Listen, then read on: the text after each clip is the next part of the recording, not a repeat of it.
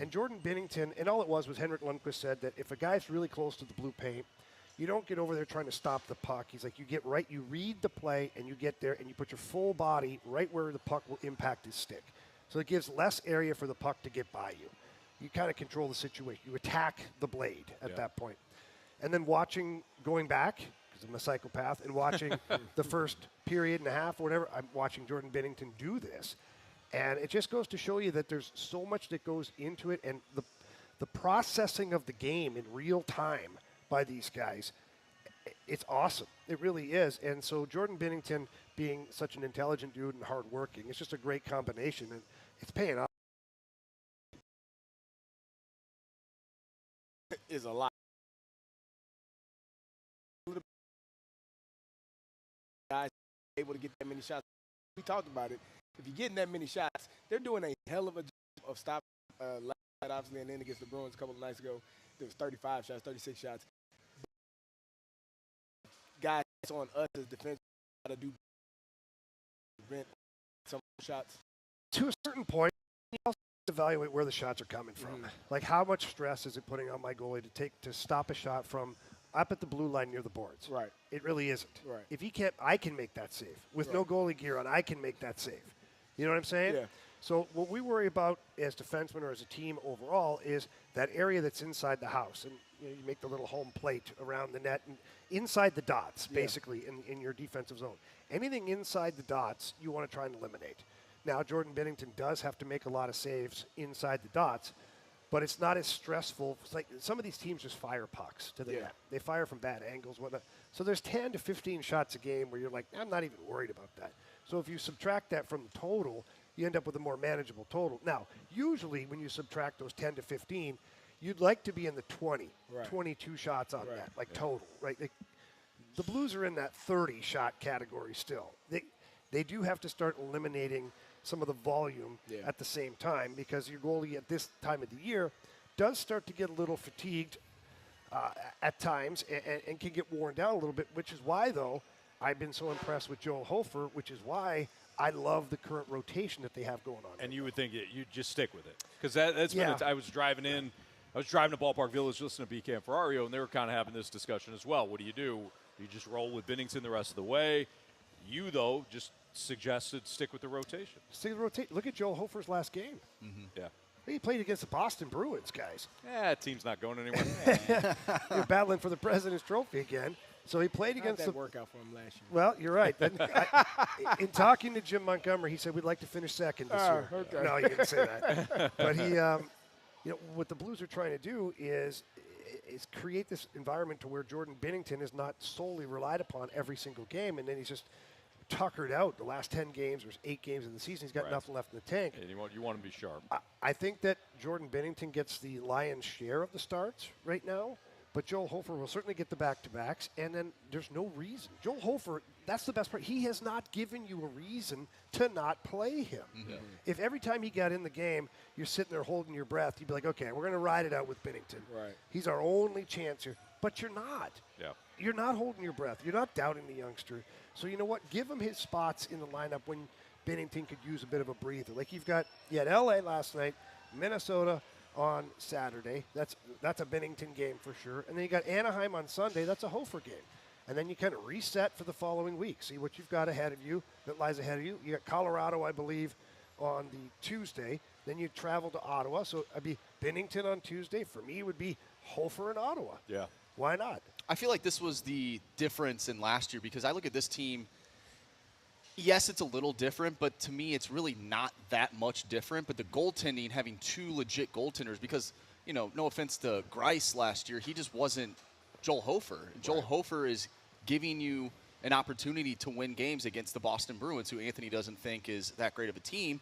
The Blues made sure of that. I just said they're not going anywhere, and Carey agrees. I kind of did. Well, this team, you also said this team could be the 2019 Blues. And it's possible. He did say that. It's possible. They're not out of it yet. Right now, they may be back into it. They've won 2 in a row. Yeah. So you know what happens if they win 3, right, Anthony? That's a streak. That's a win streak. It's called a winning It streak. happened before. It has happened before. The funny thing is, as you guys know, I'm wrong about 98, 99% of the things I say. I actually predicted that the Blues wouldn't do anything at the deadline, a la the 2019 Blues. And Yeah. you guys And you said- have taken that You and guys, said, hey, whoa, We just kind of Not put you. 2 and 2 together. Well, make sure you specify. Carey Davis, Super Bowl champion, and Andrew Marsh, Not Super Bowl handsome, champion. handsome Men's, as ever. Men's League champion. Men's 2 years League. in a Yeah, row. actually Yeah. 3 And seasons. three- yeah, three three seasons in in a a row. row. Battle- Battlehawks fan. And a Battlehawks fan. Oh. Custom made. I love my love it. custom I made do love it. T-shirts. I could hardly tell that was custom made. Oh, thank I you. thought you bought that at the store. No, I bought the white T-shirt Yeah. and the paint. Anyways, those guys said that I said they were going to be Stanley Cup champions. I did not. I said that they wouldn't do anything at the deadline. Nailed it. And, like but you did 2019. say a la 2019. Yeah, where So, they like, didn't do indirectly, anything. you said Essentially. they're We winning know what the cup. happened In a that roundabout season, way. Yeah. though. They didn't do anything at the deadline that year either. No, they didn't. Well, What that's happened not that true. year? Michael Dilzado. That's right. And they did something this year, too, didn't they? They did. did. They There you traded go. the backup Malcolm goal. Subban. They traded the starting goaltender. when they Third goalie. when they do win the Stanley Cup, then we can say that you called it. Yeah, Yep. guys, I don't want to be attached to that prediction. Until they win. And then And you'll then claim Then you're I'm all like, in. I Yeah, definitely see, that's it. But they need 2 Jamie, goaltenders. that's just Yeah, smart. I don't blame you at all. I like Yeah. it. It's a fast lane out on 101 at ESPN. We're live at Ballpark Village for the Battlehawks Town Hall event. Some finals today in college basketball. We'll get a couple of minutes. UConn, number 2. They were only up by 1 at the half against Xavier. They rolled in the second half, though. They win 87-60, so they advance to the Big East tournament. In the SEC tournament, Mizzou guys came up short. What? Yeah, last night they came up Oh, short no. against Georgia. Yeah, well, Well, Carey never believed to begin with. No, it's my fault. SLU also They just eliminated. haven't beaten an SEC team all year, so I don't know why anyone would think they would. That's a good point by you. They went 0 for Gopher in the conferences. Guys, you think if Dennis Gates wasn't owed, there's not a buyout of like 20 million, I think 20 million plus, you think he'd be fired right now? No, he had a great year last year. They had an outstanding year last year. Well, last year happened. It's over. This You just know, happened. I know. It's kind of 2 like years what- ago now. but You all can't do that because you do the same thing with Ollie. You forget about the year before and you only focus on the current year, and then you tell me how terrible he is, but you don't tell me how great he was Dennis the year Gates before. didn't win one SEC game. You do know they're in Well, the SEC, right? I learned that earlier today. It's a problem. It's not great. But the Cardinals lost 91 games, but they went to They the playoffs did. the year before. They and did. you treat Thank God for Ollie and Albert. oh gosh darn. There's no Dennis. And Kobe Brown, I guess that's Yeah, Actually, right. that's not far off. That is not this far is off. ridiculous. There's no Dennis Gates blame machine. Like No, that hasn't yeah, been- there's You're an starting Ollie it. blame It sounds like Well, I mean, you're trying to Anthony get it hasn't rolling. invented it yet, so. I kind of did the one Look day. at though, that. Let's be What are honest. we doing? Yeah, so Mississippi State beats LSU 70-59. North Carolina rolled past Florida State 92-67.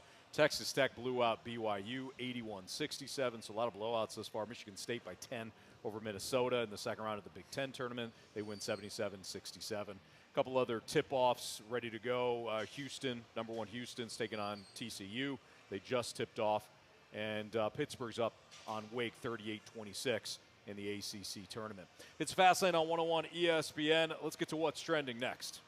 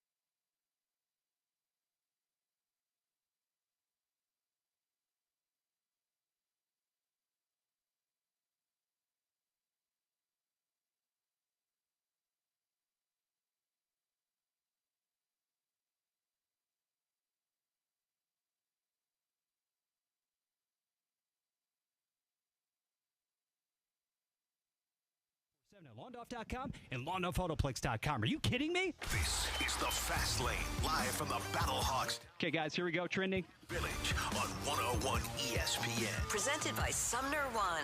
Welcome to the one place where everything works.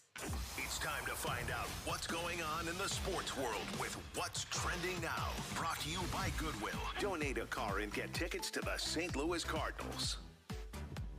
Welcome back to the Fast Lane Live from the 314-day Town Hall presented by Sumner One. We're right inside the entranceway at Ballpark Village. You've seen some familiar listeners that are out here, so stop by, say hello, enjoy the Battlehawks Town event, which should be a good one throughout the course of the day. Carey Davis, Jamie Rivers, Anthony Stalter. Here's Andrew Marsh with What's Trending. All right, guys, we are celebrating 314 Day. Big news, officially, the UFL Championship game will be hosted right here in St. Louis at the Battle Dome, June 16th. The game will be on Fox and will start at 4 p.m. Central Time. That's big news.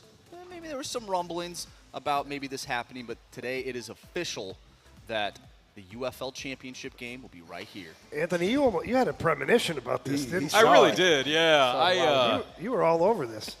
I announced it well, I didn't announce it as much as I just like you said, Jamie, sometimes it just came when to you've been hitting the head as much as I have, sometimes things come to you, visions come to you, and I know about that. yeah, it was just one of those deals. My vision just happened to be right. But I mean, good call. Good call. But they should host it here It is. at the Battle Dome. Where else? Correct me if I'm wrong. What other team had the attendance numbers like the Battlehawks? Was there anybody close? I know don't some know of the stadiums were officially. smaller and they There's- were selling out some of the smaller stadiums, but I can't imagine they had as much fan support anywhere else. That was more than this. well, and you also St. have to Louis. take into consideration the size of the dome. So if it's a big deal, not only are you going to get the Battlehawks fans, you'll get ancillary fans as well. So you can probably fill that up pretty quick. Could you imagine Battlehawks in the championship game Oh, here? it'd be crazy. It'd be awesome. Yeah. We'd have to go. Oh, yeah. Absolutely. We have to exercise our press pass at that point. No doubt. Yeah. I'll be We up, know, I'll guys. be up We're in the top. media. We know Stully. We know Anthony Becht. Yeah, we do. We know it. Yeah, Yeah, we we got do. it in with Anthony Be on the Becht. field. Like, he's Carey's buddy, but we might as well all be bros with Oh, him. 100%. Yeah. Why not? Yeah. You know what? You know what we do? We put Anthony Becht on the spot when he comes here later. Oh. They say, hey, Coach, Coach, sideline passes if you guys Championship make you game. it. guys make the championship game. Yeah. I'm with that. Carey, you muscle him a little bit, right? I talked to him. He's a little bigger than me. Oh, you can handle Doesn't him. matter to me. He's no Ray Lewis. He's a great guy, though. Anthony is a great He teammate, is a great good guy. guy. Yeah, he's. I'm excited for him. I'm excited. I for think this that's team. part of the success that he's had is a couple things. One, he played. Yeah. So there's automatic respect there. Two, he spent a lot of time in the media. Yeah. He's very well spoken. I've listened to him on several different platforms, and I'm always impressed with the way he handles himself. And three is I think he's such a good dude that the players play for him that Yeah. way. You know? No doubt. And I think that's really pivotal when you're in a, we'll call it developmental league or a league where you're trying to get noticed.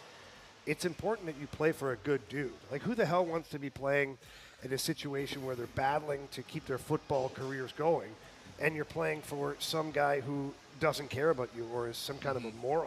You Right. know? Yeah. No, I completely agree. Yeah, you want to coach with somebody that you want to play for somebody that wants the best from you. Yeah. Where are we? You guys have fun with those press passes. I'll be up in the upper bowl. You have to, Marsh. Marshy, are you, Yeah, I mean, it's just part of my if my that shtick. happens, Marshy, are you going full body paint, like head to toe? You like face. The No, entire, really? Yeah. entire body, No like shirt. Blue Man Group. Yeah, Blue Man Group face. You might That's have- tough. I would you might have to be wearing my shave. Battlehawk fan shirt, though. You can too. wear it over. Well, yeah. Or maybe I just paint Battlehawk There you fans go. on my chest. Now you you're go blue, thinking. you go blue, and then Yeah. the, Paint the, the- the paint letters the- can be in white. We're gonna Okay. get you. We're gonna get like 10 or 11 cans of Flex Seal. Okay. The blue color one, it's like rubber paint. Yeah, I don't know I if don't that'll know. come That's, off. Is that gonna? Is No, you that, just that's peel the 'em. stuff you. No. That's bottom the of stuff the that, boat. Yeah, that stops Yeah, leaks. you just pull it off. I don't know that. I can that's tell gonna you, work. I've seen it. It's gonna peel. I had a off friend of of a mine, person. a guy that Flex sealed the rims of his car. He changed the color each week. It actually was kind of cool. It was actually And kind of just- cool. It just comes off. Yeah, it just peels off. Yeah, that's Actually not fine. that's not skin. So I would just trust the guy that Jamie knows. yeah, It sounds like he's done this before. I got so- a guy. He's got to die. He's got to die. All right, I guess Honestly- I'll put Flex Seal on Honestly, my body. Marsh, I don't know. I don't know I don't know much how more that's you gonna. need. Yeah, it's gonna peel off some hair. Yeah. He'll be fine. He's got lots of hair. Yeah. All right. He All grows right. back. Hair can grow back. Yeah, maybe. Yeah. Depends. We'll see. We got to make it first, right? We got to get there first. I don't like you doubting it. Oh, my God. You know, just the fact that you just said that, it kind of. All right, hey, let's reset here. All I right. believe. Thank you. I Maybe believe. he doesn't believe that the Battlehawks are going to make the Are you championship. serious? I don't see you guys Did you wearing say that? any I Battlehawk heard, stuff. I heard you say they don't believe, but That's I what didn't. we said. My bad. That's okay, Anthony. You're off the top rope, even though we didn't need it. It's fine. Anthony's He's jumping. added He's on. already down. I'm just. He's already dead, sir. No, Anthony's jumping from like the ladder. Yeah. Yeah. He's Yeah. jumping on the ladder. That's why I didn't Yeah. hear you. I was climbing Climbing all the the way ladder. up Yeah, the you climb up the yeah. ladder. The belt's The right steel there. cage. Yeah, could- you guys were yeah. like, it's not necessary. And like, I was no, I'm already. going. Yeah, I'm already halfway I'm up. coming down. Yep. This Well is what played. Anthony was I like doing. it. He was about to grab the belt, but it was like, let me just get one more in. Yeah. And just jumped off the ladder and Yep. just pulverized That's me. on me, guys. My bad. Milwaukee Brewers star closer, this is according to Jeff Passan last night, Devin Williams has 2 stress fractures in his back and is expected to miss around 3 months, sources tell ESPN. Williams pitched through back soreness in September, but it returned earlier this spring. He'll rehab and should return by midseason. What does that mean for the Cardinals, and is this a nail in the coffin for the Brewers in the National League Central? Well, one, I really like to think about the player for a second. Yeah. 2 stress fractures in his back. Yep. That can't be good, no matter what position you play, let alone pitching. No kidding. So they'd say 3 to 4 months. 3 months. I would push back on that. I think The it's entire gonna- season. It probably, for me, I think it would be the entire season. Who knows? But if we expand the conversation, then I don't know how much it directly affects the Cardinals. I mean, the guy's closer, and he does a great job, but really not. He shouldn't be the roadblock for the Cardinals in the division. It impacts the Brewers, I think, but mostly. It's Yeah. kind of the final nail in the coffin. And I agree with you, Jamie. I mean, he went to Hazelwood West. Yeah. It's a local product. I feel for the player. I feel for Devin Williams. When it comes to the Brewers, though, you traded your ace in Corbin Burns. You traded him to Baltimore. You've made some moves to indicate that we're going to continue to just strip away the anybody that's going to make any sort of money outside of Christian Yelich and then the young kid that they signed. I think this is the year where the Brewers can't do the Brewers thing, where they kind of piece it all together and still win the division. I think that this was the final nail in the coffin for them. But you're right. I mean, how does it impact the Cardinals? If that's what you're hanging your hat on, that their closers out. Yeah. Come on. I agree. You got to get to the closer first. You gotta get to the closer That's first. most important. But, I mean, unfortunately for him, like you said, Jamie, 2 stress fractures in your back. Sounds awful. Doesn't sound good, no matter what position you're playing. No. Some of these injuries, we were talking about the ribs the other day with Lars Newbar. Some of these injuries you get, it's not even about your sport. It's just about living. Like, I've hurt things where it's hard to just do day-to-day things. I bruised my tailbone once. And That's a real pain in the ass. Oh, yeah, it really is. No, seriously. I see what you did there. It's one of the worst pains I ever had. You can't even That's sit a real down. pain in the ass. It was bad. But There he is again. top rope. Hey, you climbing up there again, huh? There he goes. I meant that one. Okay. Sure you did. But, yeah, it's just I don't know how this – I don't know if it does much for the Cardinals. I mean, I think they were already going to be what they were going to be. The Brewers, whether or not – Anthony says often that he doesn't think the teams in the division are even trying. So, this is Which really is quite insulting. I mean, that's kind of bad. But Am I wrong? No, you're not. I wrong. think you are wrong. I think they're trying. I just don't think they're good. Are the Pirates trying? Honestly, I think the Yeah, you I see think some the of those guys? I think the players are trying. what I I'm don't saying. think the Ownership. front office ownership. As a player, I'd I don't take think they're offense to trying. that. well, yeah, the players try. Yeah. The players never. Yeah. The players are always giving great effort because you Absolutely. could not have a job in 6 months if you don't. Yeah. So But the front office ownership, They're getting paid to not try. correct. Yeah. The worse we benefits are, the more I'll pay you. Yeah. Because I'll have so much money because we'll get the revenue sharing from the good teams. Absolutely. Yeah. Ooh. Our food is here. Look at this, guys. Thank you Oh. very Peripheral. much. All right. Thank Nice, you. nice. Down here. Thank you. Might as well. That's yeah, you we'll can take set it. it down That- anywhere. Yeah. There we go. Thank you so much. We'll That take care of that. Are those There Carey's we go. tacos? no, those are his. Yeah. That's mine. Thank you. Oh, All right. Thank you are so his. much. Yeah. thank Oh, you. these All look right. great. Jason Bassett on 101 ESPN. Dylan Cease was traded to the Padres last night. The Padres continue to say, do we have any other prospects available? Ship them out for big league talent. Would you have made the move for the Cardinals, given what San Diego gave up? We'll talk about it next on 101 ESPN.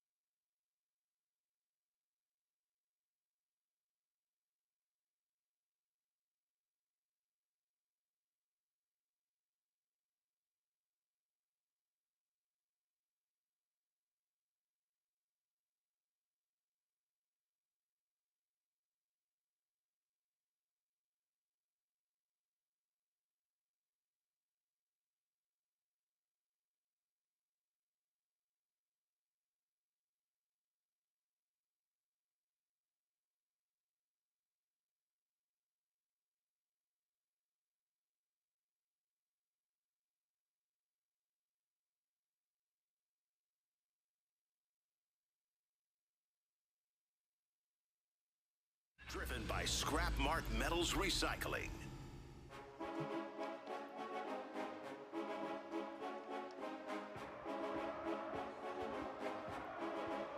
Take it. It's a Fast Lane Live from Ballpark Village for 314 Day. It's a town hall for the Battlehawks presented by Sumner One. Jamie Rivers, Carey Davis, Anthony Stalter. Anthony, can we get a segment called What Are We Doing Here? Yeah. Because Jamie and I, for those that don't know, Anthony is the captain. We whatever he says, that's what we do. Oh, don't tell him that. My No, God. it's true, Jamie. Because you and I never know what the hell we're doing here. Every segment, either Jamie looks at me or I look at him, what are we doing here? And then we turn to Anthony and say, what are we doing here? We have no clue. And we do it as we're coming on the air. As we're coming back, and he's trying to get bring us back in. He's like, what the hell? Why do you all ask me this? Why don't you just wait 2 seconds and I'll tell you on It's the fine. air. I mean, or you could just listen to what he said before. I mean, you know what, Marsh? If you're, We do listen. I think we forget. Yeah. Like the short-term memories you are. know, hey, if my teases were effective at all, you guys would remember. Anthony, trust me, you That's- tease great. Yeah, you do. Thanks, You Jamie. are a tease. Yeah. We Hey, appreciate you. Carey, Yeah, thank you. You're really good at it. Yeah. Don't sell yourself short. So the Padres Oh, It's that's good. what we're acquired Oh, yeah, that Dylan one. Cease. Dylan Dylan Cease. Cease, yeah. Yeah. Cardinals should have got him. Yeah, from the White Sox, of course. A name that a lot of people here in St. Louis wanted this offseason, should the Cardinals trade for him. And the Padres gave up 3 prospects. Now, somebody on Twitter did the whole thing where it's like, hey, let's compare what the Padres gave up to what the Cardinals could have given up. This is not a true apples-to-apples comparison, but at least gives you an idea of maybe what the Cardinals would have given up.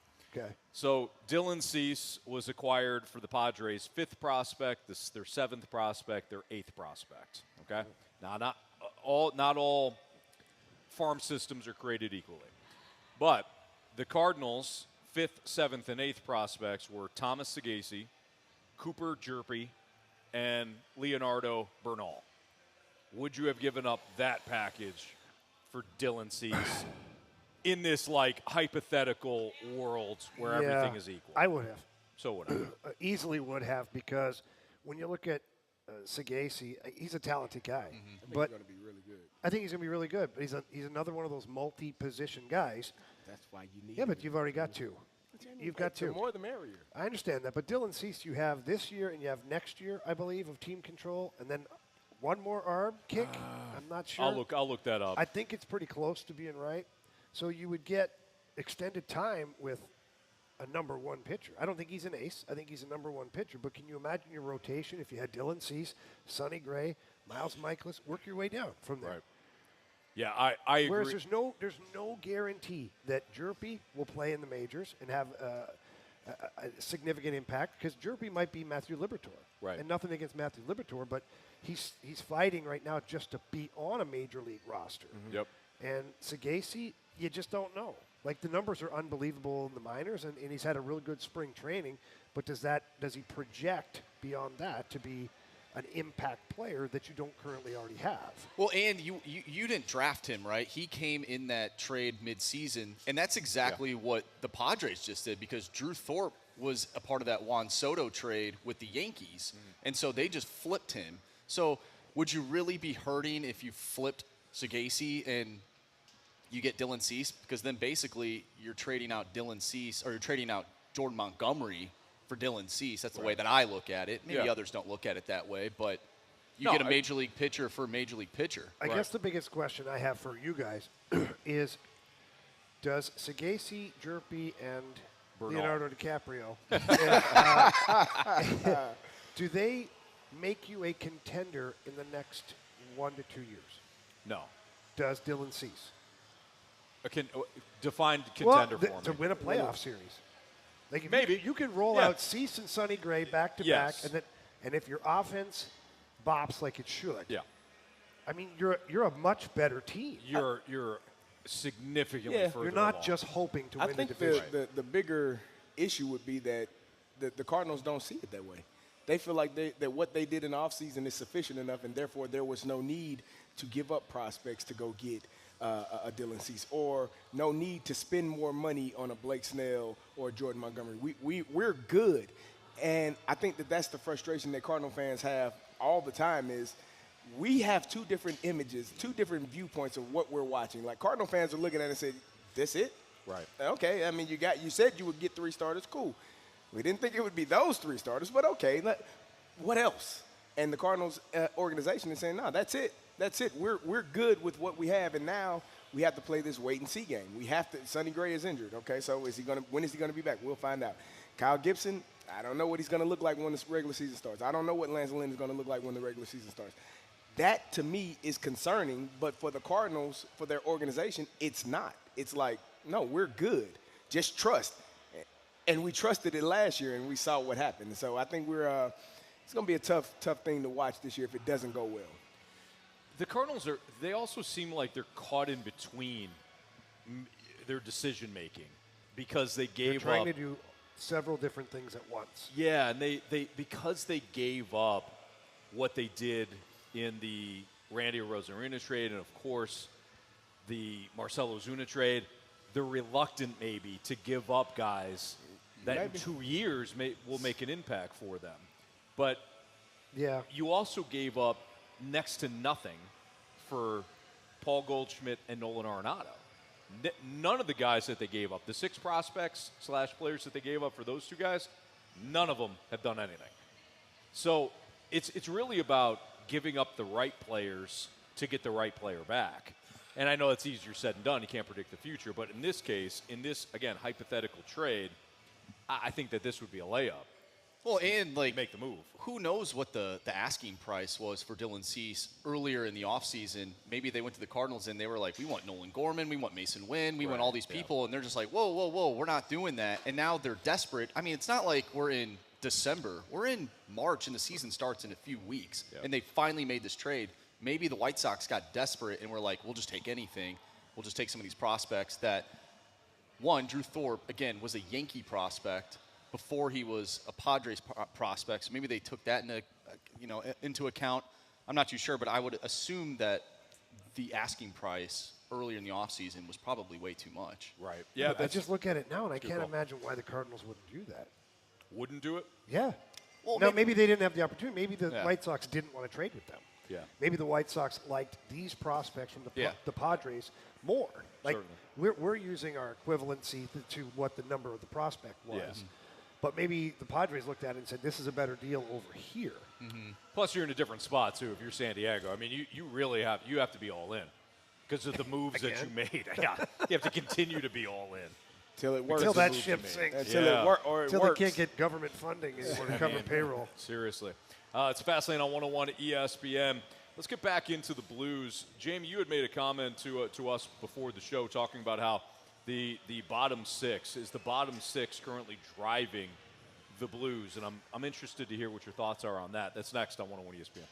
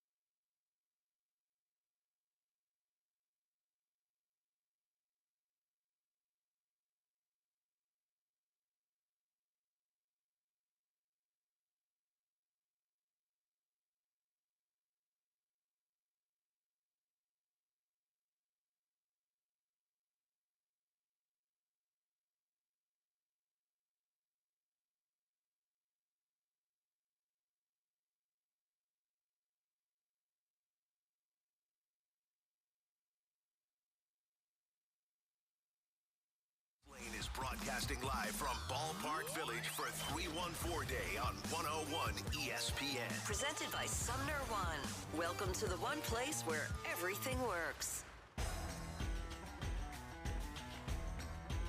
Take it. 3 o'clock, your time check is brought to you by Clarkson Jewelers, an officially licensed Rolex jeweler. We are live at Ballpark Village for 314 Day and the Battlehawks Town Hall event. It's all brought to you by Sumner One. Jamie Rivers, Carey Davis, Anthony Stalter, and Jamie, you had mentioned something before the show. And one of our themes in pre-show meetings is like when we're talking about something, Jamie, this is all you. You say, once we get rolling, you go, save it. Save it, yeah. Save it. I don't want to hear what you have to say beforehand. Right. I like it better organic. He wants a natural reaction to it. Slap me in the face with your knowledge. Yeah. Absolutely. I'll slap you anytime. Anyways. Thank you. Jamie, you had said. Yeah. You had said you'd thrown it out there. You said, does the Blues bottom six actually drive the team? And I was like, and you go, save it. Save it. And what I was going to ask you is, what the hell are you talking about? Well, yeah, I know. The statement itself seems kind of silly, right? No, not from you. Well, it Not with does. the Blues. But when you break it down into what I truly mean by that is the depth of scoring. We've talked about it already this week, is how when the Blues get scoring from their third or fourth line or their defense core, it makes them more competitive. They can run with the big dogs at that point. But the problem is that the well had gone dry for a lot of guys for an extended period of time. And you weren't getting a lot of scoring per se from your fourth line. Toropchenko's having a great year. He seems to be finding the back of the net, which I absolutely love. But your defense core, too. Been a number of games, not counting Torrey Krug's empty netter, been a number of games where your defense haven't scored. Right. So now you combination of your fourth line, your defense, and then we know that Kevin Hayes and Kasperi Kapanen, they had struggled to score some goals. Brandon Saad, he still manages to get his goals, just 20 goals again. The quietest 20-goal scorer in the NHL. Every single friggin' year, he's got 20 goals. I think he's only 2 seasons in his career where he didn't get 20. But, again, that line scoring, two of them. Toropchenko gets the first goal. So floater from the blue line. This is why you put pucks on net. This is why you put bodies to the net. Because the goalie, Talbot, couldn't see it. All of a sudden it's in the net, and he's like, oh, crap, that wasn't a great one. But then you get a goal from Jake Neighbors, which is part of your top six. Not that you're expecting that. Which, by the way, guys, I'm going to pause for a second. Zach Bolduc had his best game as a Blue last night. He looked like he belonged. No disrespect to the youngster in his other games. I know he scored against the Red Wings and all that stuff. He was an impactful player last night. He was driving offense. He got an assist on that goal from Jake Neighbors. He had the puck, moved it to Justin Falk, got up in the play, got it back, get the puck. They managed to get offense because of Zach Bolduc, so good on him. But again, that was the top six that scored. So then Brandon Saad with that Sidney Crosby tip in. I say it all the time, that little, we call it the shovel tip right there side of the net. Colton Parayko, really impressive. He recognizes that he doesn't have the shot lane. And if you watch Colton Parayko a lot this year, he's done this to perfection, is where he'll shoot it beside the shot blocker. And sometimes it's just off the end boards, and then that puck pops out in front, and you have an opportunity to score a goal. We've had a couple of goals like that from those shots from Colton Parayko. Last night, he recognizes that the guy's in the shot lane, and he zips the puck beside the shot blocker, and Brandon Saad just gives it the old shovel tip, and it's a goal. So now you're up 3-0 at that point, but 2 goals from your bottom six. That's huge. That's huge. The empty net or whatever, right. Okay? But you got 2 goals from your bottom six. You got 3 goals from your bottom six the game before, and you won those games against, I would call them both good opponents. The LA Kings have had their ups and downs, but at one point this season they're 27-4. Yeah. Yeah, they're certainly capable. But they're a playoff team. Yeah. Right now they are. Yeah. Yeah. 100%.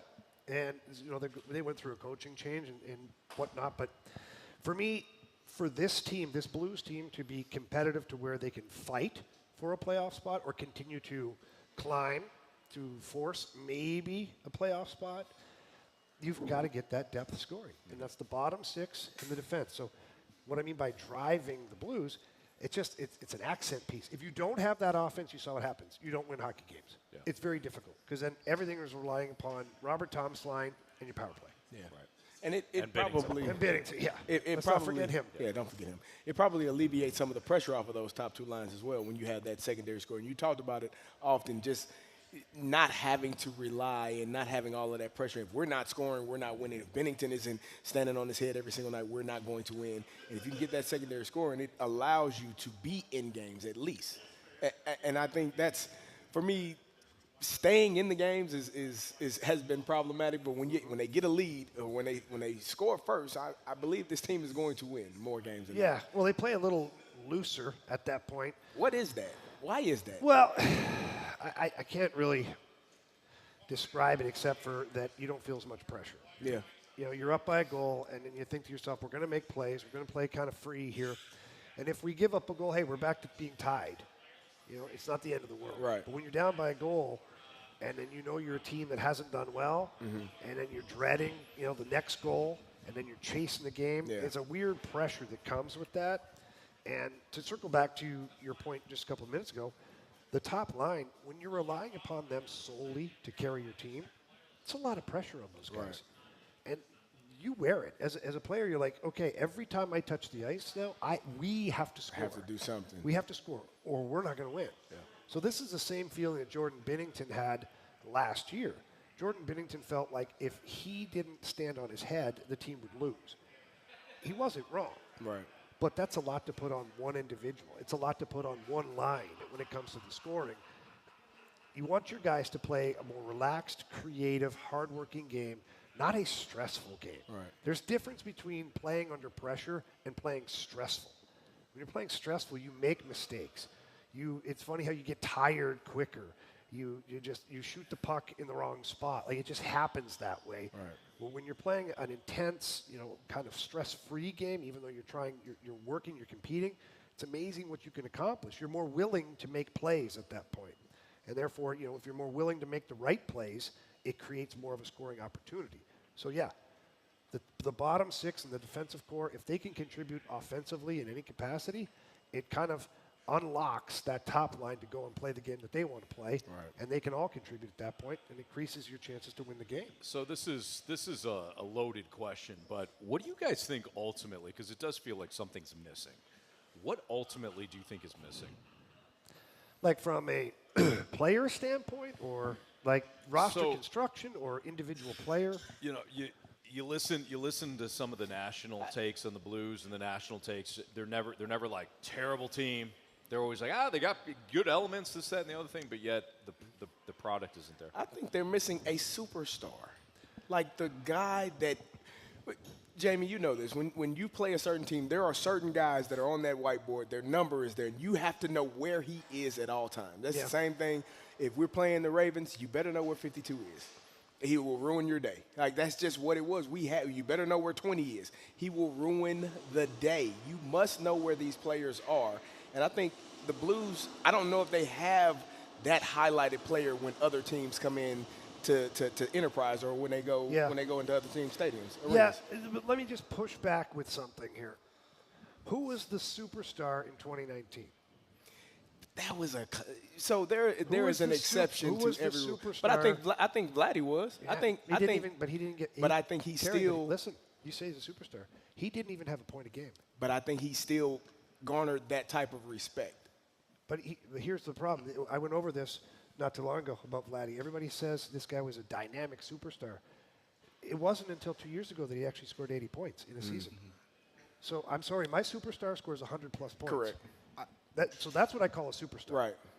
And you didn't have one in 2019. People say, you had O'Reilly. O'Reilly wasn't a superstar. Right. Was he one of the best at what he did? Yes. Yeah. Alex Pietrangelo, one of the best, but he wasn't a superstar. Right. He's never won a Norris Trophy. Like that. But how often does that? How many Stanley Cup champions can you say? Because I do believe there's an exception to every rule, and the Blues may have been the exception with that 2019 team. The rule is you got guys, or you got a guy. Yeah. And that could be the exception to that rule, that one time. And we But talk Vegas about it last often. year, I go back to Vegas. Yeah. The top scorer had 64 points. Now, it was Jack Eichel. He missed some time, whatever. Right. He probably would have gotten 70 to 80 points. But still, that's not superstar Right. status. Right. You had Alex Pietrangelo, who's a number one defenseman for the Golden Knights. I believe him to be a top 5, top 6 defenseman in the NHL. But does he garnish the superstar status? I don't know. Whereas you look at like Tampa, when they won it, they had Kucherov, Stamkos, Braden Point, Vasilevsky. Like you go down the line, they had superstars on that team. I don't think it's a superstar thing as much as it is just like little details, like getting the puck in at the blue line, changing correctly, like not forcing pucks up the middle, like connecting with passes. If they just clean those things up, like that's like 2 goals off the board. Oh, hey-oh. That's like 2 goals off the board or whatever, or maybe you have another chance. Like it just comes down to the little details of the game that this team is not consistent at. And that is why they're losing. I don't think it has anything to do with, like, yeah, it'd be nice to have a superstar, but, like, having one guy on the team is not going to change the fact that you put a pass and the guy skates on what potentially could have been a 3-on-2. Yeah. It's just little things like that I pick up on. It's the execution, and that is frustrating. When I go back to some of the best teams I played on, and it started in practice. Execution. Like, if you didn't pass it tape to tape to your teammates, like, you got lit up. Yeah. Either by the coach or by your teammates. Yeah. Like, every now and then, you shoot one in the skates, a guy handles it, you're like, okay, hey, nice handle. Like, good job on that one. But if you do it consistently, it's like, hey, Jack hat. How about here? Right. Did you see? Does the tape? You don't like the tape? You're like, okay. Did you not see it? Nathan Walker was mic'd up last night on TNT, and I think he was joking with Oscar Sundqvist. He's like, hey, just put that on my tape. Yeah, put it on my tape next time. And then Sonny was laughing at him. But like what you said, like if it's a consistent thing, then you start having that friction that is on the ice. There could be friction off the ice as well from players and whatnot, just because everyone's human. But once that friction's on the ice, then I think that's when you have a problem. Yeah. Well, we used to call it handing your crap off, right? So if I make a bad pass to my partner, he gets it in a bad spot. Now he can't handle it right. He makes another bad pass to somebody else. And each time you make these bad passes, it gets worse. Yeah. So finally you turn the puck over and it comes back towards your end. Yeah. So it's essential that in practice, the coaches and the players are holding themselves accountable to be snapping that puck tape to tape on a regular. It should be, with my eyes closed, still to this day, I can pass the puck tape to tape. Like just, boom, it should be natural. Like where you're putting it. Sometimes I don't think there's enough emphasis on the details of the game. The game has gotten so fast and so fast that they forget some of the smaller details of it. And passing is one of the details. You don't have to be a superstar team. You don't have to be a super fast team. If you pass the puck correctly and you have good puck support, that thing is moving the entire game. It makes it feel like you're much faster than you are. Yeah. So for me, ultimately, to put a bow on this whole discussion, it'd be nice to have a superstar. Yeah. I'm not turning my nose up at it, but I just don't see the Blues spending $11 million on a guy. Okay, but what I can see them doing is getting some good pieces to their lineup. So their defensive core could use one more, like true defenseman, a true top 4-ish defenseman, a $4 to $5 million guy that came in here, solidified things. Your forward group could use a third line or second line player that comes in and can get you 20 to 25 goals. It's like guaranteed. Right. I think if you added those pieces, your team is much stronger. And then with the addition of Snuggerud, Dvorsky, and you keep working your way through some of these young players, all of a sudden your team is taken a little more seriously in a couple of years. That's Jamie Rivers, Carey Davis, Andrew Marsh, Anthony Stalter. It's a Fast Lane on 101 ESPN. We're live from Ballpark Village for 314 day in the Battlehawks Town Hall event. We've got our chat with Chris Kerber coming up, so our Blues discussion will continue next on 101 ESPN. It's time.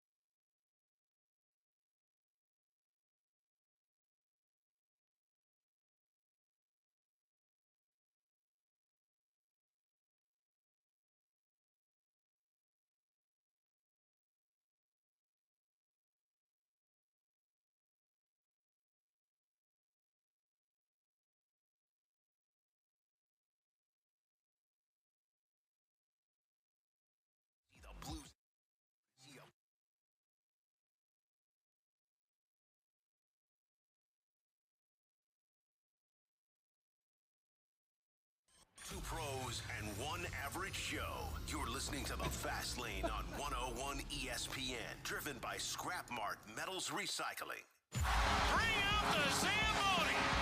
It's time for Curbside with the voice of the Blues, Chris Kerber. Brought to you by Scott Lee Heating Company, a proud Mitsubishi Electric Elite contractor. Take it. Live from Ballpark Village for 314 Day. It's the Fast Lane on 101 ESPN, presented by Sumner One with Carey Davis and Jamie Rivers. I'm Anthony Stalter, and let's head to our 101 ESPN Celebrity Line. We're joined by the voice of the Blues for the Blues Radio Network right here on 101 ESPN, Chris Kerber. What's up, Kerbs? Kerbs, you got us? You may have us, but we don't have you. Yep, I got you. There we go. Hey, what's up, Kerbs? How are you? How are you guys? We're doing good. The 3-1 victory last night over the Kings. Last two games, the Blues have played very well. Has there been a common theme for you in each of those wins? Yep, the goaltending. There you go. That's fair. Besides the goaltending. Well, no, but the reality of it is that's been their recipe all season. Their goaltending keeps them in games until they seem to find their game, and then they get their game. And, you know, they've been doing it now the last two games without the power play. For pretty much from the time Drew Bannister got here, it was getting done with goaltending and the power play. So I guess that's a positive there, you know. But I think, guys, you got to look at that game last night, and if you kind of take where the Blues are in the season standings, all that out of there, and just look for something that's jumping off the page at you, to me, just the continued consistency of Jake Neighbors and Alexei Toropchenko when you consider the youth movement of this team. And, I mean, would it maybe have been different if it was 3-2 or 2-1 instead of 3-1? Maybe. I don't know. I've got to ask that question to Drew Bannister. But, you know, he had the top five guys that he wanted on the ice for about a minute and a half until the third consecutive or fourth consecutive faceoff. And then he came over the boards with Kevin Hayes at center, who's been their top centerman from a faceoff percentage, and he flanked them with Toropchenko and Jake Neighbors for the final minute 18 of that game. And that, to me, spoke volumes of where those two young hockey players are. Yeah, I couldn't agree more, Curbs. That's a big moment for the team, and that's a big moment for the young players. And if we're sticking with the young players as far as a discussion point, how about Matthew Kessel? He comes up. He currently always gets rewarded with having to play against the other team's top players, but now he's rewarded with a 2-year contract extension for, you know, a really good amount of money for the Blues. It's really good for the cap. It's obviously a one-way for Matthew Kessel, which is a great accomplishment. But, you know, you've watched him all year just like I have. We're on the road. We see this kid. We interact with him. You know, your thoughts on him as a player, and what do you think of the deal? I actually love this story, and I think it's one that, you know, if fans really want to try to understand the process of what it takes to be an NHL player, he's a good one to follow. You know, Jamie, if you go back to, you know, some guys that you know and you played with or saw at camps as well, like a Barrett Jackman, a Bryce Salvador, and those guys went down to the minor leagues, you know, after playing junior hockey and developed in the minor leagues for a year or two, a year in the case of Barrett Jackman. You know, and don't forget Barrett, you know, was a first-round pick of the St. Louis Blues. And they still went down there in the season, and there's learning how to play. You know, when you're talking about being a 20, 21, even 22-year-old coming into the league and playing against guys that are experienced, that have been working on their bodies for 10 years, that have played 500 games, you know, you're going to get schooled a little bit. And so it took Matthew Kessel, you know, 1 year. He came out of college. He's gotten used to the pro schedule last year, over the last year and a half. It came up last year, got a quick taste, and then when he got his chance this year, he took advantage of it. And you know what he's done here? And I likened it on the air last night, Jamie, to you go back to the training camp when Joel Edmondson and Colton Parayko, who had just played in, I believe it might have been Peoria at the time, played in Peoria for the season before, right? And they were coming in, and you figured those two guys were supposed to be battling to find out who was going to be maybe your seventh and eighth defenseman, because coming into camp, you had kind of penciled Petteri Lindbohm and Robert Bortuzzo as your last defensive pair. Well, Edmondson and Parayko both jumped over that defensive pair, and they never looked back. And to me, what Matt Kessel did this year, and he was helped terrifically by having a right-handed shot, and that gave the team some balance. But that is, I mean, that's who he is. But he came in, and he really essentially just leapfrogged right over Tyler Tucker and right over Scott Perunovich. You know, no, I don't know what the future of those other two guys are organizationally, but when Kessel's been put in, he's been put in with Torrey Krug, you know, and playing, you know, 16 minutes in that game last night. So I think Matt Kessel has done just what it would take for a draft pick to come in, take your time, learn the game, start to play, and then when the opportunity's there, he did it. And I think it's a very typical but very telling story of what it takes to become a player in the league, especially, Jamie, the position that you played.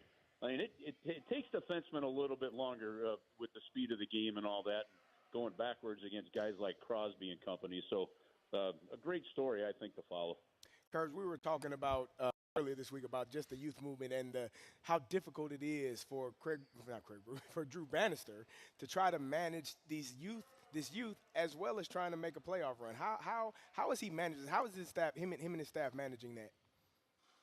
I think he's managed it well. I think he had an advantage having coached a good chunk of these guys over the last few years in the minors. You know, he's been part of the Blues coaching staff at the minor league level for 5 years now. He was in San Antonio. He was an associate coach during COVID, you know, when the Blues split with Vancouver in Utica. And then, of course, he's been in Springfield since the Blues have been there. So he's seen most of these guys or a lot of these young players at some point in time. A lot of the young players, and you know, if they're being honest with me when I talk to them one-on-one, they like what he's done. They like what he did for them. They like the way he communicated down there, always telling them what they need to improve on. And he said also he's not afraid to make you accountable as a young player as well.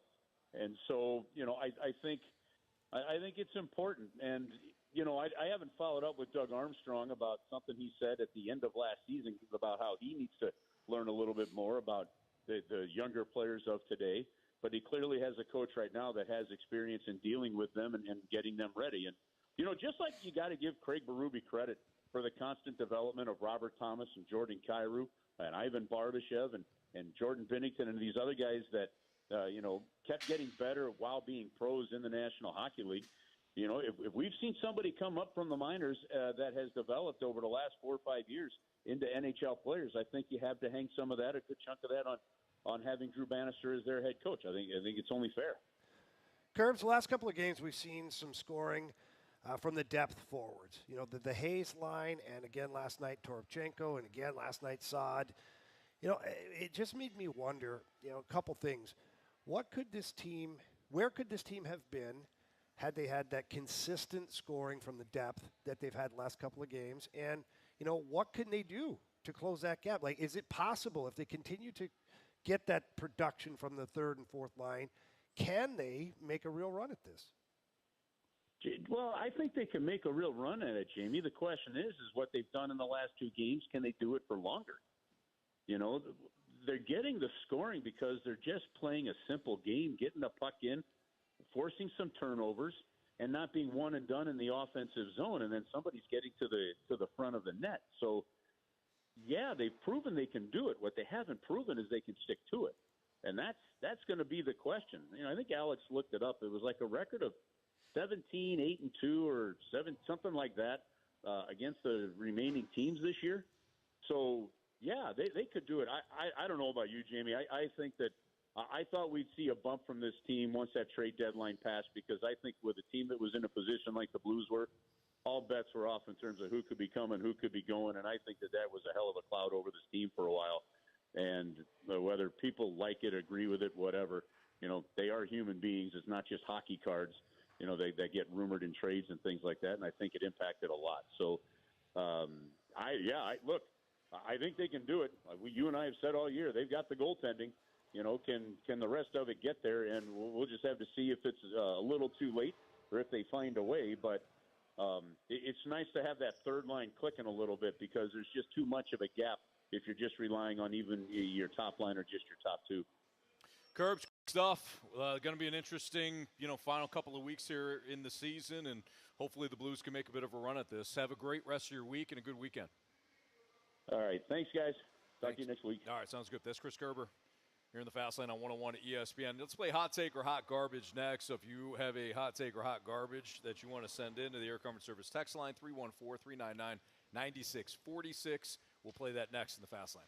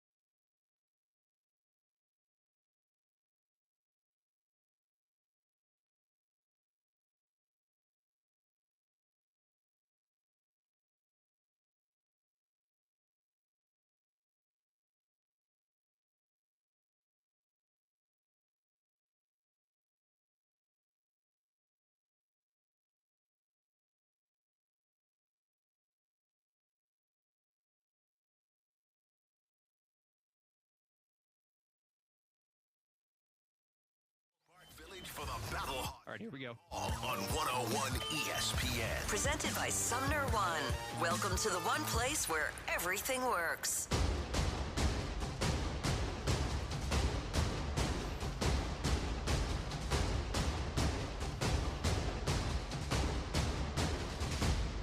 Boom! Hot take.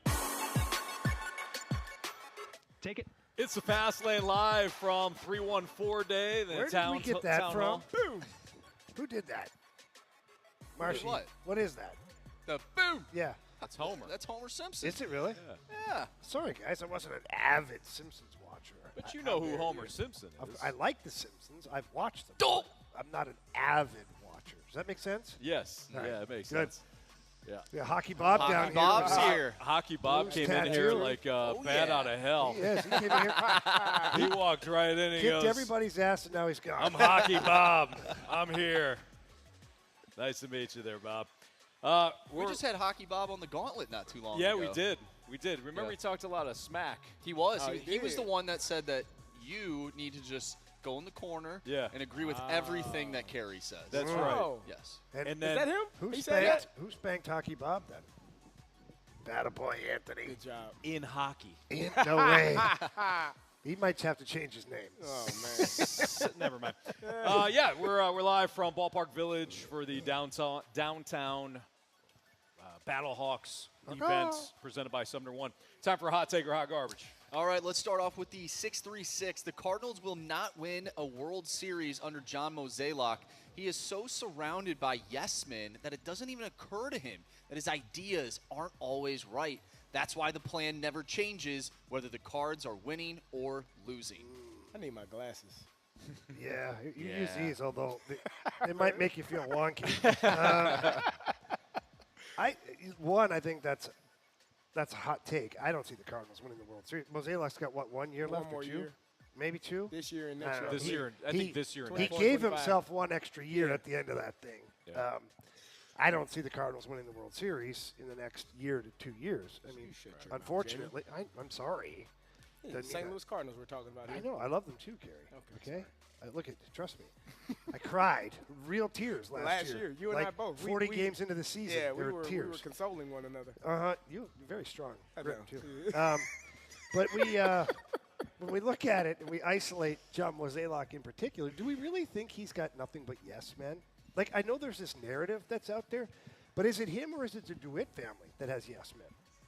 Because John Mozeliak, Anthony, you've always said it. He's got a job to do. He Yeah. has a boss too. Right. So, like, if the overall thought process of the organization is one thing, and John Mozeliak is carrying out what he's been told to do, Yeah.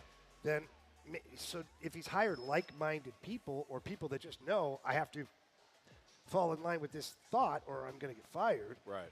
Like, I know a lot of people on the text line be like, yeah, you need to push back. How many of them would risk their job that they've worked X amount of years to get to? They're finally at the top of the food chain. Major League Baseball team. I can name one. And then they sit there. Is he managing the Padres? He got fired for it, didn't he? That's a slice. That's a some other slice of the things, truth. potentially. Okay. Yeah. But how many people would just push back on a regular basis? Right. Like, just be like that salmon swimming upstream the whole time. Guess what happens to that salmon? Yeah, he gets Turns into sushi. Yeah, Yeah, exactly. there you go. Yep. After a while, you're like, you're sick of this damn salmon. You're like, Right. goodbye. Yeah, I do think there's that's a big component to it, right? Like, everybody's kind of clutching onto their desk as soon as they get there, and that's in any sport and maybe even most jobs. When it comes to John Mozeliak, though, you also have to kind of believe that within the building, I'm sure he hired guys that believe in what the Cardinals are trying to accomplish. So is there enough pushback? Probably not, which is why you bring in guys like Kyle Bloom who say, hey, you've mucked this thing up a little bit with your pitching. Let me provide a different set of eyes. It might not be just a flat-out, you need somebody to push back on you as much as you just need a fresh pair of eyes to say you're not scouting pitching correctly.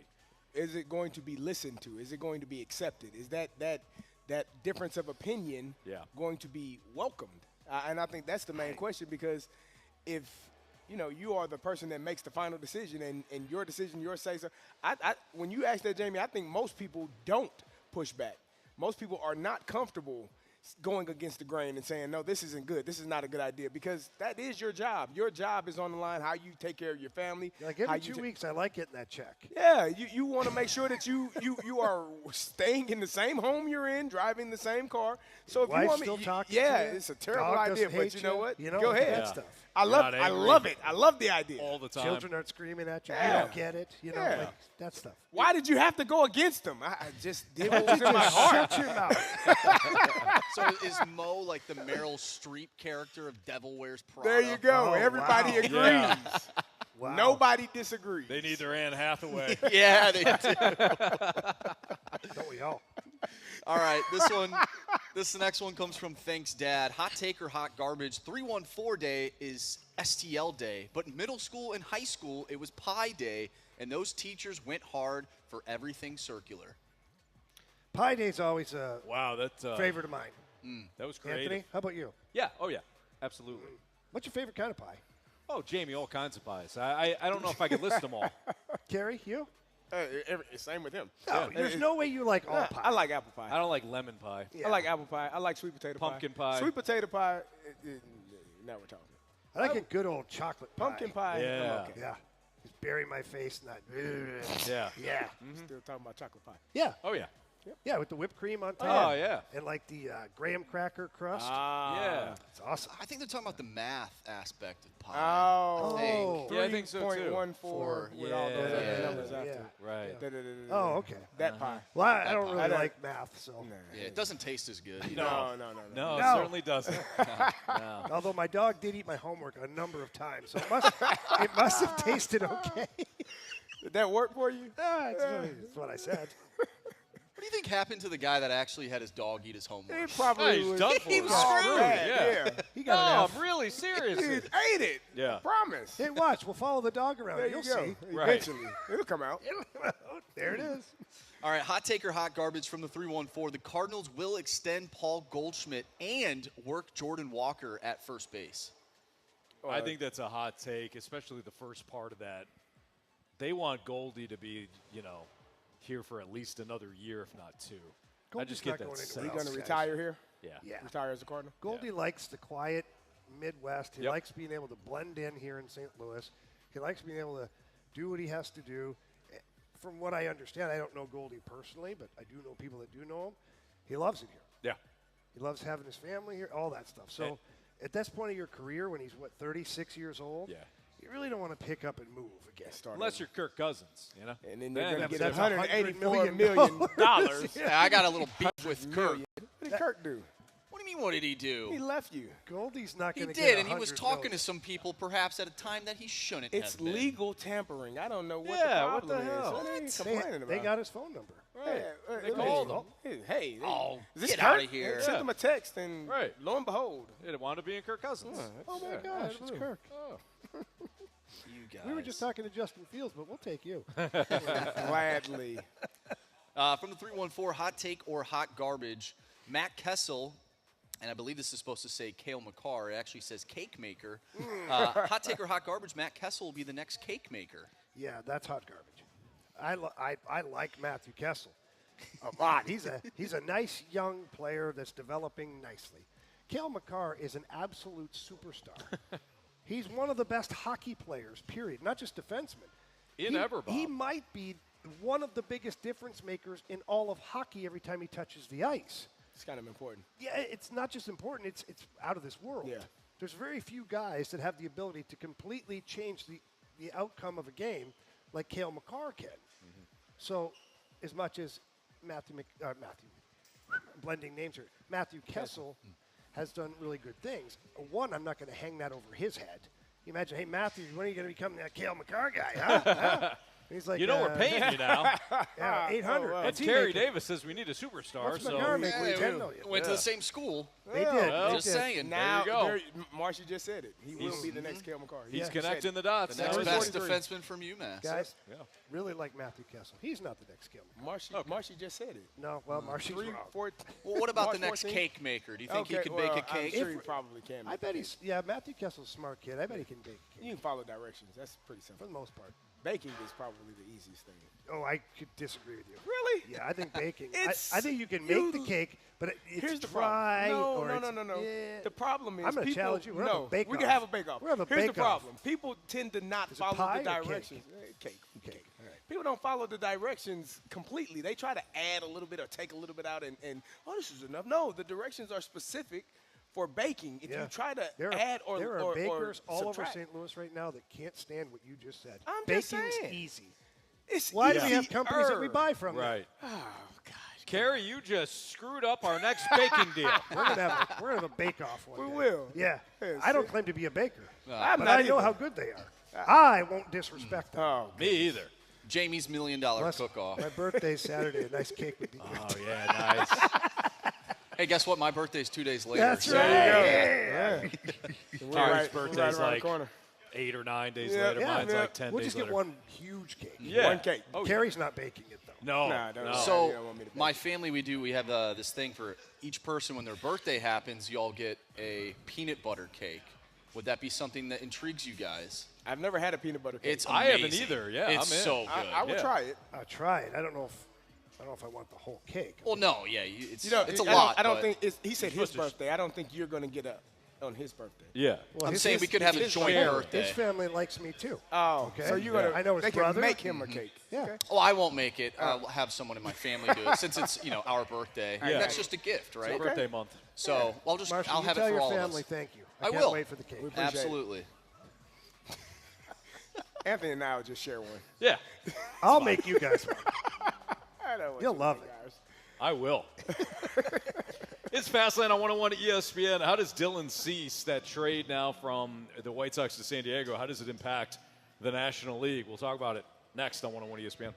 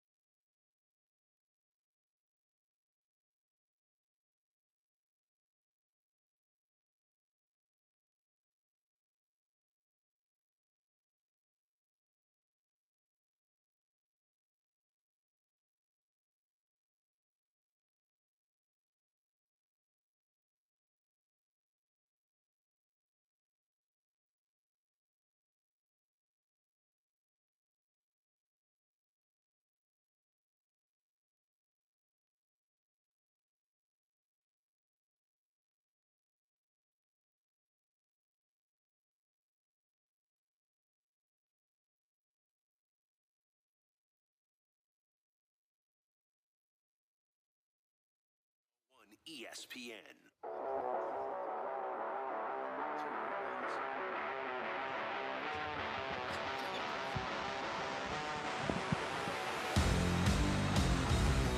Take it. It's a Fast Lane on 101 ESPN. We're live from Ballpark Village for 314 Downtown Hall Day. It's all presented by Sumner One. The Battlehawks brass will be here soon, and it's gonna be a great event, Jamie. It is great already. I can tell. Yes, sir. So the Padres made a move. They acquired Dylan Cease from the White Sox for 3 starting pitchers. I'm sorry, for 3 prospects. My bad. What? 3 prospects. To me, if you look at it from the Cardinals' perspective, like how much do things change right now with this trade? Not much. I don't think it changes at all. It's not like the Cardinals got more competition. The Padres were already going to be better from a roster standpoint. Yeah, than but the I think that there's frustration amongst the fan base because just like we did earlier, where we drew our comparables to what the Padres gave up for Dylan Cease. Yeah. I think the fan base gets frustrated at that point because you feel like, hey, we could have parted with those types of players to get Dylan Cease. And maybe it's our fault, too, in the media, to where ever since the season ended, we've been talking about Dylan Cease nonstop. Let's go get Dylan Cease. Dylan Cease, boy, he looked good. He looked good. And now you feel, at least I felt like we have a chance. And then you see this, you're like, well, what the hell? Yeah. How do we not get Dylan Cease? Again, I'm totally not taking into consideration that the Padres, or the White Sox rather, may not have wanted to deal with the Cardinals. Maybe they didn't like what the Cardinals had to offer. Maybe they felt like the prospects from the Padres were just that much better. We don't take that into consideration, Right. But still there's a sense of frustration there because you're like, that was doable.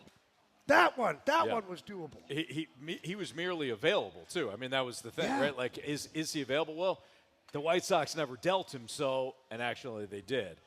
What Carey said earlier today also holds true. It's an indication that it's a possible indication that the Cardinals felt like their pitching staff was fine. They were good to go. They do feel no that way. issues. And that of course plays into the fans' frustration. You should be frustrated. You look at your rotation. Even the Padres don't have an outstanding rotation. It's Dylan Cease, it's Yu Darvish, it's Joe Musgrove. But I'd rather have those top Blake 3. Snell. They lost Blake Snell. Maybe they'll bring him back anyways. They might. Probably. But they still have 3.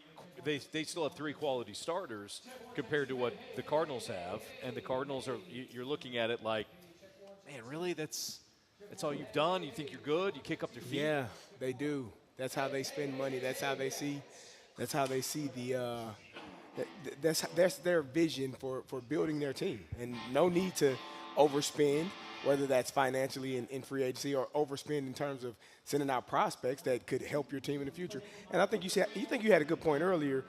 The Cardinals may be a little bit nervous to make certain trades because of how they've gone down in the past. And that could be a hesitancy saying, it's good music. We do have commercial breaks. Where they can do sound check. Just saying.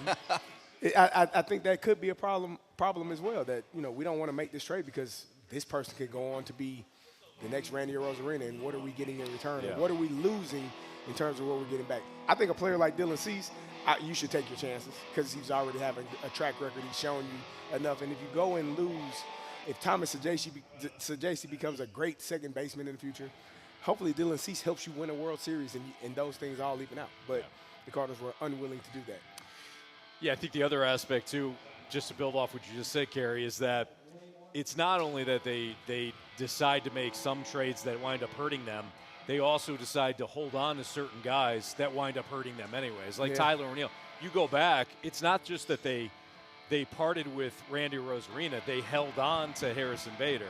They held on to Tyler O'Neill. And while this is hindsight, we can look back and say if they parted with one of those 2 guys, maybe you hold on to Randy Arozarena and you give him a shot. So I think it all goes in the same kind of melting pot.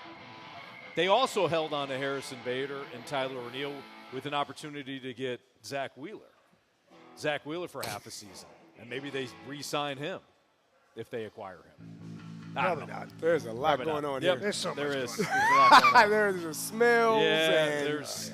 We music and Sound check. I had a couple of days ago, or last week, a couple weeks ago, I said I would prefer to be a world champion boxer. I changed my mind. I'm with Jamie. Yeah. We're going to start a rock band and travel the world. Yeah. And be famous rockers. A rap group. You have to do mic checks, though. In the middle of. Especially when there's a radio show going on. It's not like we know. It's not like we know him either. It's not like they know we're here. Yeah. Is Moon up? Is that Moon? Yeah. Moon is dialed in. Yeah, he's dialed in though. I think like, we should. I the think artist we need Moon and Radio Moon, I think, are two different people. I think we take the guitar and we smash it over his face. What do you think? We just got a text from the 636. Show up at Riz's studio tomorrow and walk in and just We blast should, music. yeah. Oh, Riz would love that. Yeah. We should. Yep. A boombox. 7 a.m. That's not a bad idea. Yeah, 7 a.m. You down? I'm down. Just kick the door in. Just play music for an entire segment. We're not leaving. You will get nothing accomplished, sir. Like that. All right, the gauntlet is next. Well, on we 101 think. We're ESPN. not sure. Or we'll have a live music show. Yeah, at least we Either got way. bed music.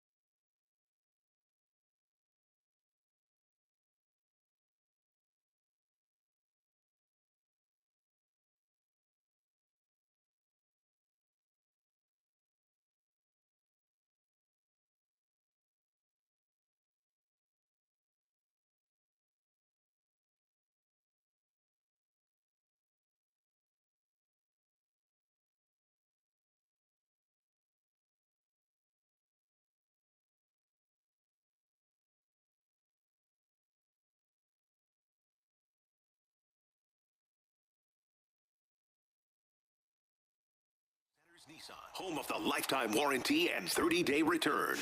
You're in the fast lane on 101 ESPN. Broadcasting live from 314 Day at Ballpark Village. Presented by Sumner One. Welcome to the one place where everything works. 4 warriors, 4 categories, 1 challenger. Can you master the gauntlet? The Gauntlet is powered by Master, your hometown source for business communications for more than 30 years. Visit mastor.com.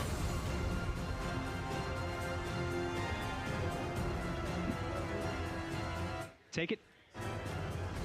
It's the Fast Lane on 101 ESPN live from Ballpark Village for the Battlehawks Town Hall event. It's presented by Sumner One. Carey Davis, Jamie Rivers, and Anthony Stalter, and we welcome back Jeff into the program. What's up, Jeff? Hey, what's going on, guys? Welcome back. Round 2 for you. You excited? Oh, yeah. All right, good man. So you beat Carey yesterday. Would you like to take on Jamie, me, or our guy Andrew Marsh today? Let's go for another pro athlete. Let's go with Jamie. All right, Jamie Rivers. Feel lucky, huh, Jeff? I see how it is. All right.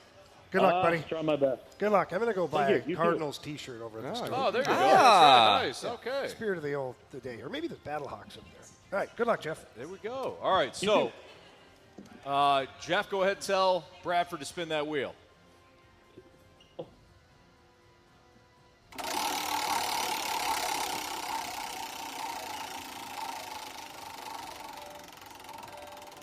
Oh boy, Jeff, the Blues may be idle today, but you have hockey once more, my friend. Hey. Okay.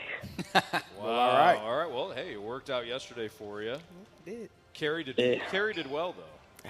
Not well enough. You know, close doesn't count in this. It's horseshoes. Only in, what do they say? Horseshoes and hand grenades. Horseshoes and hand grenades. That's Yeah, right. We Yep. weren't doing either yesterday. No, So you I were lost. You're in the gauntlet. Yeah, I lost.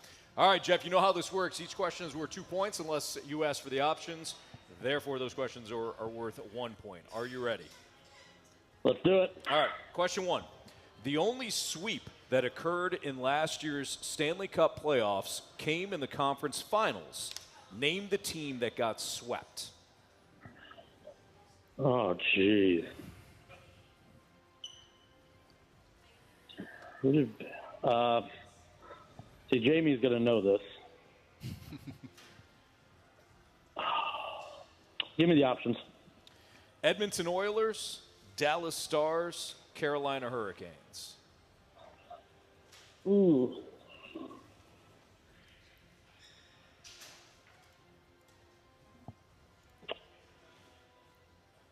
Let's go with Carolina. Final answer? Yes, sir. All right, question number 2. After the first round of those playoffs last season, there was only one Game 7. Who won that Game 7 in the second round? Give me the options. Is it the Carolina Hurricanes, the Florida Panthers, or the Dallas Stars?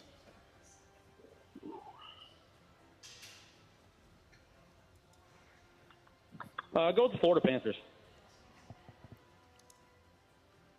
Final answer. Question number 3. When the Blues and Dallas Stars met in the second round in 2019, Pat Maroon scored the game-winning goal in double overtime. Who scored the other Blues goal in that game? Wow.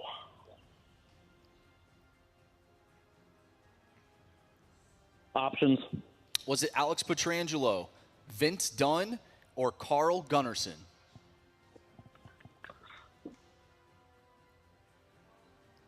Vince Dunn. Final answer. And finally, question number 4. Aside from the San Jose Sharks, name the 2 other teams that Patrick Marleau played for. I should name both of them? Yes. Okay. Toronto. Oh, man, what else did he do?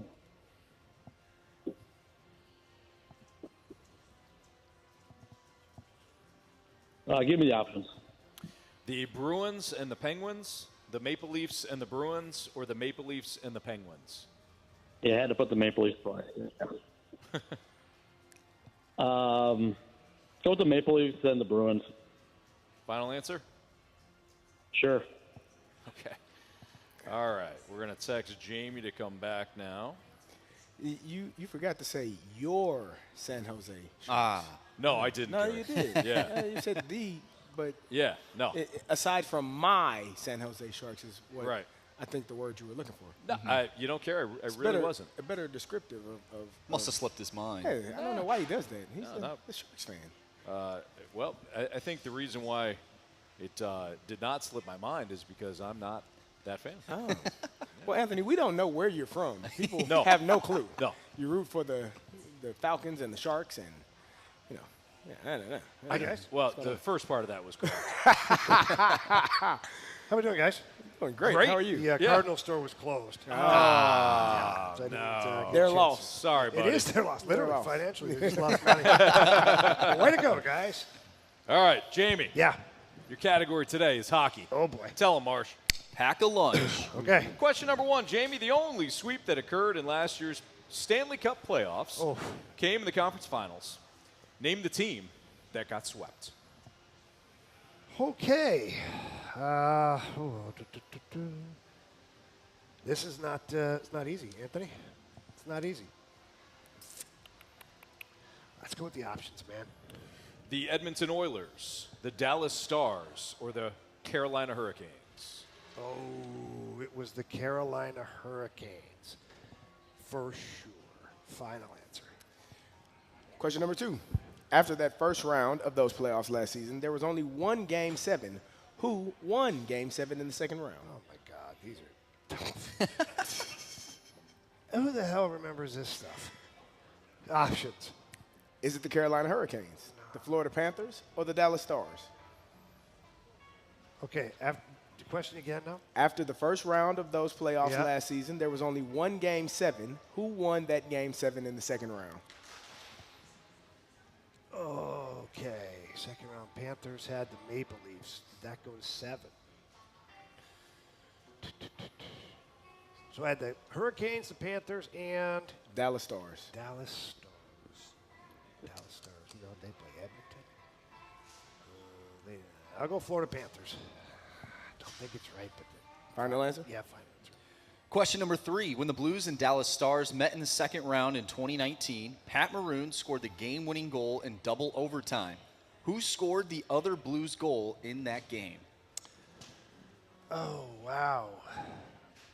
Was that the game that Robbie Fabry scored? Or was that in game 6?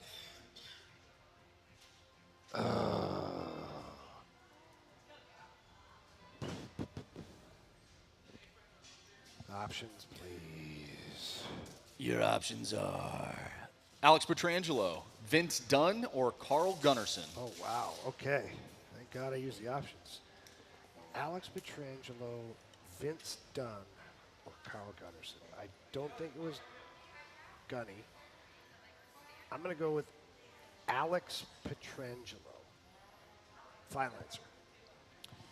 And question number 4, aside from the San Jose Sharks, name the 2 other teams that Patrick Marleau played for. Okay, so Patrick Marleau played for the Maple Leafs and the Carolina Hurricanes. Final answer. Okay. Let's go over these. Jeff versus Jamie. Question number 1. The only sweep that occurred in last year's Stanley Cup playoffs came in the conference finals. Name the team that got swept. Jeff, you said the Hurricanes. Jamie, you said the Hurricanes. Correct answer is? The Carolina Hurricanes. Both of you needed the options, so we have a come on, 1-1 Jeff. tie.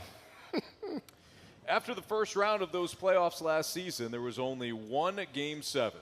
Who won that Game 7 in the second round? Jeff, you said the Florida Panthers. Jamie, you said the Florida Panthers. Oh, boy. Correct answer is It is the Dallas Stars. the Dallas Stars over the Seattle Kraken. Oh, yeah. So we remain 1-1. Question number 3. When the Blues and Dallas Stars met in the second round in 2019, Pat Maroon scored the game-winning goal in double overtime. Who scored the other Blues goal in that game? Jeff, with the options, you said Vince Dunn. Jamie, with the options, you went with Alex Pietrangelo. Correct answer is Vince Dunn. Oh, Vince wow. Dunn. Get her done, huh? Jeff has a 2-1 lead over Jamie. Oh, boy. Comes down to this. Oh, boy. Aside from the San Jose Sharks, name the 2 other teams that Patrick Marleau played for. Jeff, you said the Maple Leafs and Bruins. Jamie, you said the Maple Leafs and Hurricanes. If it's the Maple Leafs and Penguins, Maple Leafs and Bruins, Jeff wins today. If it's the Maple Leafs and Hurricanes, Jamie wins. Jeff has a 1-point lead. So if Jamie's wrong, Jeff is going to win. What was the other option? Maple Leafs and Penguins. Okay. Jeff. You have chosen wisely. Oh, crap. So, Jeff, you weren't right. It was actually the Maple Leafs and Penguins. Was it? But Jamie was wrong. What did he play, like 12 games here? Jeff, you win 2-1, man. 8? He Awesome. played 8? Oh, I wish I should have known the rules better. I didn't think hockey was eligible because it was yesterday. That's why I picked Jamie. I didn't think I'd give it hockey, but I'm feeling pretty good now. But I'll tell you what, Jeff, you did a great job, and those questions fell right into your wheelhouse. Oh, man. Yeah. Knowing game 1s, game 2s, game 7s. I'm sorry. I don't even know what the hell we're talking about next. No, he really doesn't. Yeah. He's got no clue. What are we doing next? Yeah. So congratulations, Jeff. You'll be back tomorrow. Awesome. Good job, buddy. All right. We'll see you. Thank you, guys. job, I Jeff. appreciate all you guys do. Thanks, Thank man. you. Appreciate you you. listening, man. So I did the same. Marsh and I were on the same wavelength there. When you said the Maple Leafs and Hurricanes, I immediately went like this, and Marsh was already looking it up. Oh, I did the I'm same like- thing. I I'm I don't want to. I don't want to make this maybe we're obvious. wrong. Yeah. I started with question 1. I was trying to buy you guys Why time did to I look think at it was it. the Hurricanes? I don't know. Either way, Wow. Jeff. Jeff is going to have to take on By you the tomorrow. way, I never remember anything to do with Game 5, Game 6, Game 7. Never remember that. Sometimes it's tough. It's just too bad. Yeah. I don't But have a Jeff clue. nailed it, man. Good for him. Marsh is really good with that. I Marsh remembers Pride yourself in that. who scored. I remember where who he scored was for the Dallas Stars that game. Oh, man. Who was it? Matt Zuccarello. Guy's sick with this stuff. I remember that crap. All right, it's the Fast Lane on 101 ESPN. The Houston Texans have had themselves quite a offseason. Are they replacing one of the AFC contenders right now? And if they are, who is it? That's next on 101 ESPN.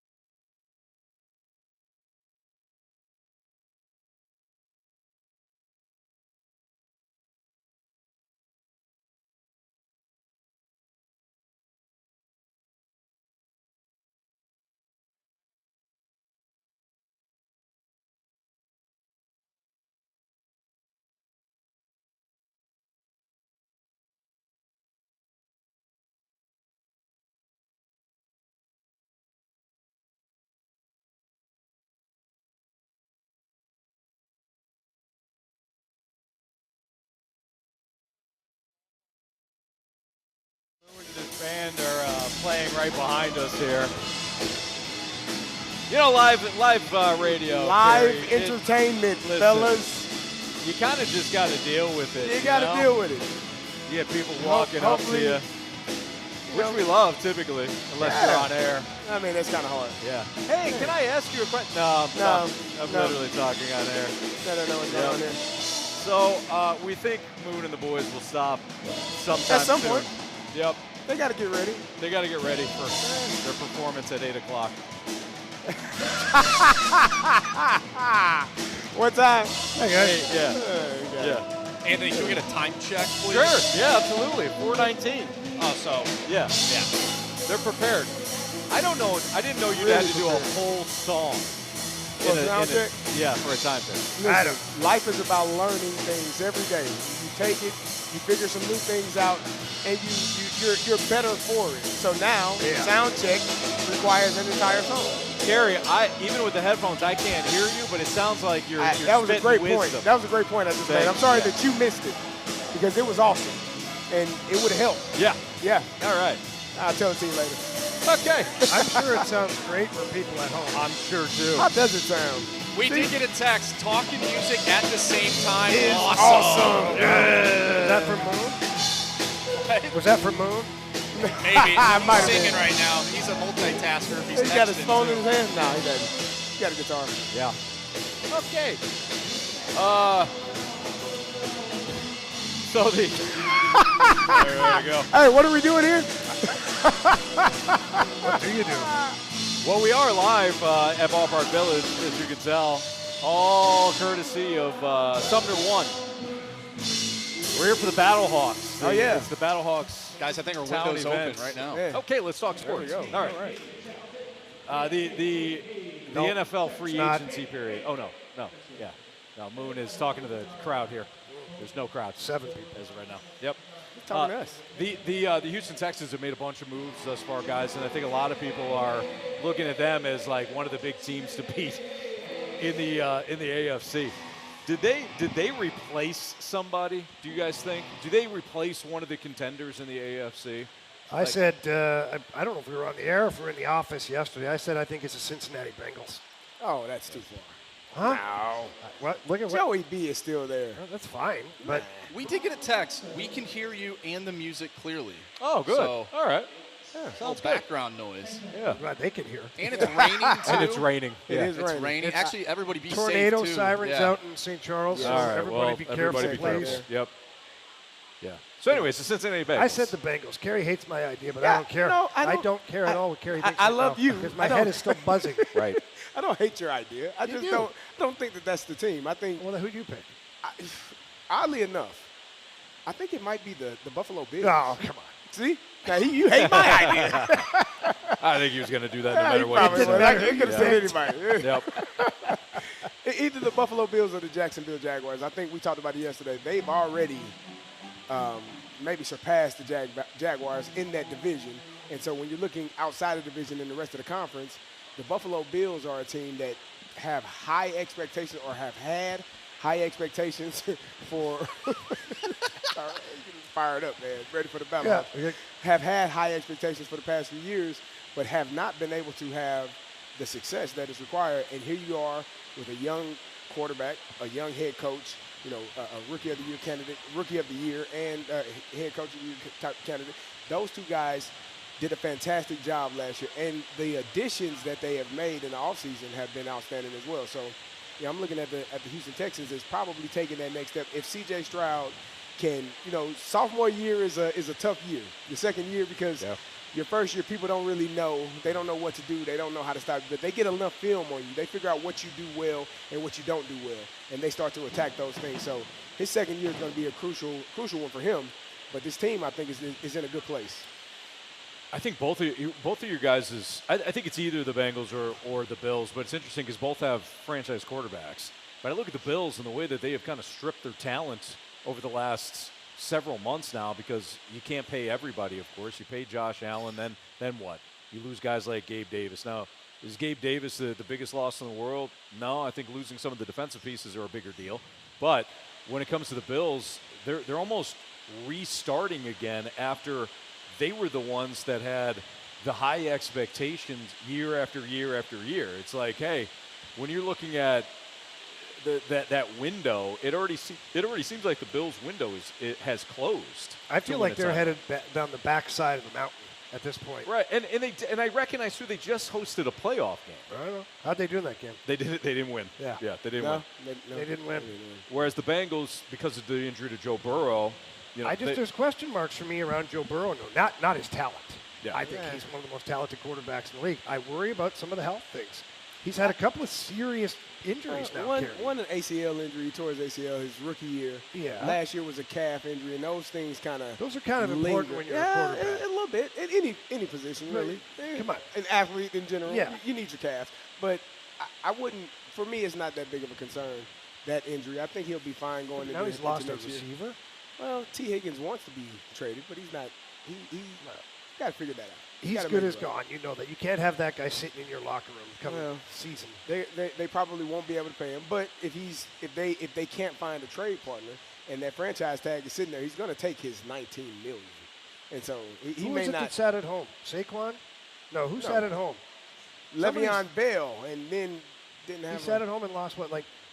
And then signed 10, with 11, 12 million or something? It was some years he ago. left it on the table. And the Le'Veon Bell did, a few years for ago. the Steelers. Yeah. Push comes to shove, and That wasn't they a good decision franchise by me. him, I'm like, that's fine. I'll play one more year. Right. I'm going to take my money. There's been some quarterbacks that have done it. Obviously, Kirk Cousins. I mean, Kirk Cousins, like, you can franchise tag me twice. It's guaranteed money. Yeah. I'll be fine. I saw, by the way, how much he's made. I don't have a total, but it's astronomical.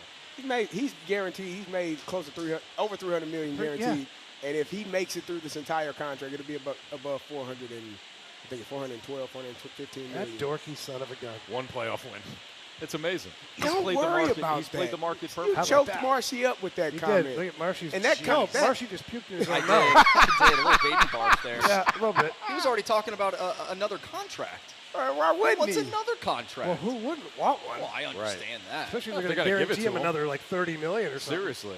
Just saying, you got to worry about next season. He got to worry about the next contract. You don't know Kirk Cousins very well, do you?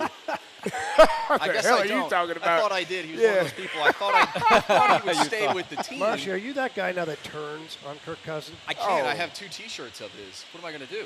Yeah, but are you going to burn one and Probably. put it online and show people you hate him? Maybe I'll turn it into like a quilt or something. I'll get like a Sam Ponder, not Sam Ponder. Oh boy. Oh, Sam. Christian Ponder. Christian Ponder. His wife is Sam. Sam Ponder. That T-shirt, if you want to sell it, that would sell well. But I'll take that. Christian I'll Ponder. get a Christian Ponder, maybe a Case Keenum, Sam Sure. Bradford. Oh yeah. Now Kirk Cousins. It's like those fans that have all of the Brown quarterbacks from the all Browns. the Browns names. quarterback. Yeah. Yes. names. Yeah. So funny. Did you have the same thought I did? Dude, I was Brown like, Marshy. I said it and I was like, ah.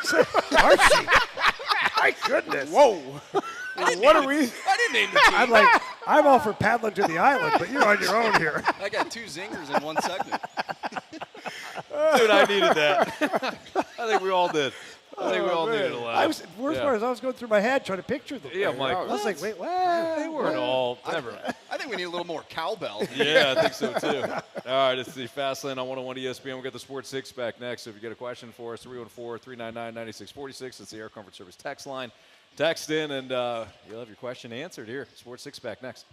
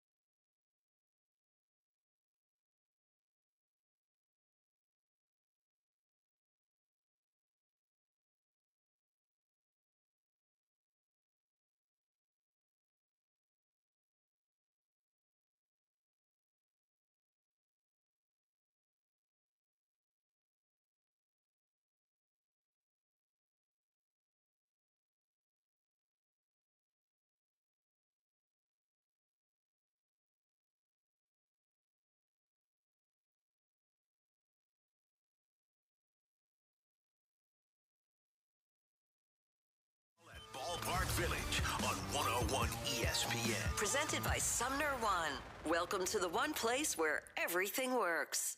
I have a question. It's time for the Fast Lane to answer your sports questions. I want to ask you a bunch of questions. I want to have them answered immediately. Asking me all these weird questions. Answer the question. Answer the question. Answer me! The Sports Six Pack is now. We're live. We're live from Ballpark Village. It's the Fast Lane on 101 ESPN and presented by Sumner One. Time for the Sports Six Pack. What do you got for us, Marsh? Question number 1. All right, from 314, what is the hottest ticket in St. Louis? Is it St. Louis City FC? Will it be the Battlehawks? Is it the Blues right now? Will it be the Cardinals here in a few weeks? What do you guys think? I mean, based on some of the people outside right now, I would have to assume Battlehawks is going to be high on the priority list for tickets this year. Yeah. And I think, they love football in this city. We miss it, and to have the Battlehawks here is an outstanding thing. And those fans are crazy. Marshy sits in the top level with his friends with his Battlehawks shirt that he made. Yeah. He loves it. He does. He's going to get the. And we blue love paint. him for it. We do. I'm just trying to, branch out and just, see what's going on up there. City SC once the weather warms up, probably is going to be a hot ticket as well. Yeah, I think they could all be a hot ticket depending on the situation. So let's just play a game here to where the Blues end up 2 points out of a playoff spot. There's 4 or 5 games left in the season. Their next home game, that's a hot ticket. Yeah. You're watching that. The Cardinals, their first series here for the not opening day, but their opening day. Yeah, right. The home opener. That's the home opener. That's a hot ticket. Yeah. The Battlehawks first game, hot ticket. So I don't think there's one organization or one team that outweighs the other one. I think that the fans recognize to what the big games are, and they show up for those games. Yeah. And they show up, I shouldn't say that, they show up for all the games. I mean, we are pretty lucky here. Every team is supported really well by the fan base. No doubt. Like, no one is starving for tickets to be sold. Like, the Blues are selling out games. And, they've had a up and down season, but they're selling out games. City SC's selling out. The Battlehawks, they're not selling out, but they're selling out as many seats as they can possibly let them have right now at the Dome. Yeah. So, and the Cardinals, well, they get their $3 million no matter what. It's automatic, right, guys? It has been. It has been. Yep. I don't like So that's the way I feel about it anyway. Yeah, Jamie, I'm with you on that. There's depending on who's rolling at the time. Yeah, it's gonna be a hot ticket. I mean, when City was playing well last year and an inaugural year, and everybody wanted to get a piece of it, obviously that wound up being a hot ticket. St. Louis is a sports city. It is through and through. So whoever's playing well, they will be. Really, even if they're not playing well, at least initially, people will show up. There's no question. Question 2, please. Question number 2. From the 314, will the Cardinals have more wins this year than the Blues have points? Okay. So where are we at So the right now? Blues 70. Oh, God. Well, it's going to take them about 9-10 wins. So if you do that, 18 more to 20 points. What does that put them at? 91. Do we think the Cardinals are getting 89 to 91. Is what you think the Cardinals? That's what would 20 more points for So the that's Blues. really kind of right where the Cardinals are probably going to be. What I they had just saw- last year? I'm sorry, I just They had saw- 91 losses. Yeah, I just saw the 71 and got almost. Yeah. That didn't feel well. okay, Carey. I got you. I got bad. It's just not a Acid great- reflux. Yeah. So how many points do we think the Blues are going to finish with, Jamie? Well, I don't know what they think, but for them to make the playoffs, they've got to win 9 or 10 of the games remaining. Yeah. And that would put them at 89 to 91 points. Are they going to win that many? They're going to win them all, Carey. Okay. They may not ever lose again. You heard it here first. That means another. So you two both believe Stanley Cup champs. So write it down. Make sure we get that taken They'll care sweep every damn series, too. Oh. Wow. And Jamie will forget. I mean, why not? Why not just say it? If Yeah. I'm wrong, people are like, what an idiot. Right, If yeah. I'm right, though, if I'm Whoa, right. if you're right, you're a genius. If you're wrong, hey, at least you believed. That's right. That how that works. Yeah. You should believe a little more, Carey. I'll try. I think the Cardinals are going to win like somewhere between 85 and 90. So I'll put them right at. Give me 88. So, but who's going to win more is the question. Who's going more wins or points? Cardinals or Blues? I'm going Blues. I'm going to go Blues, too. I don't like that. I don't know if that's a good thing. And you're wearing a Blues hat. Take it off immediately. Yeah. No, I'm saying I don't think it's a good thing for the Cardinals. Oh, okay. Oh, sorry. Anthony almost ripped that off your head. Wow, he needs to get his hands off me. Wow, he's only human. That's true. He's a good-looking man. Oh, man. What are you going to do? I thought there was 3 of them one day. I might go Blues. Carry your I'm thoughts. just glad I can hear you guys again. I might go Blues. Attaboy, You're Carey. going Blues. All I right. might go Blues. Yes. They get 3 for 3. 88. 88 points. wins. 88 points. Oh, The 88 Blues. points. So 80, obviously what? 7, 87? 84. 84. You dropped. I didn't even. I I didn't even going check down. you, and you were like 84, 87, 84. 84 wins. Carey just out of nowhere just carved the wins down to I like 84. I love the Cardinals. I don't know, man. You love the Cardinals, just not this version of them. I love Their current state. just think that there's more meat on the bone, and I just want all of it. I don't. Yeah. Well said.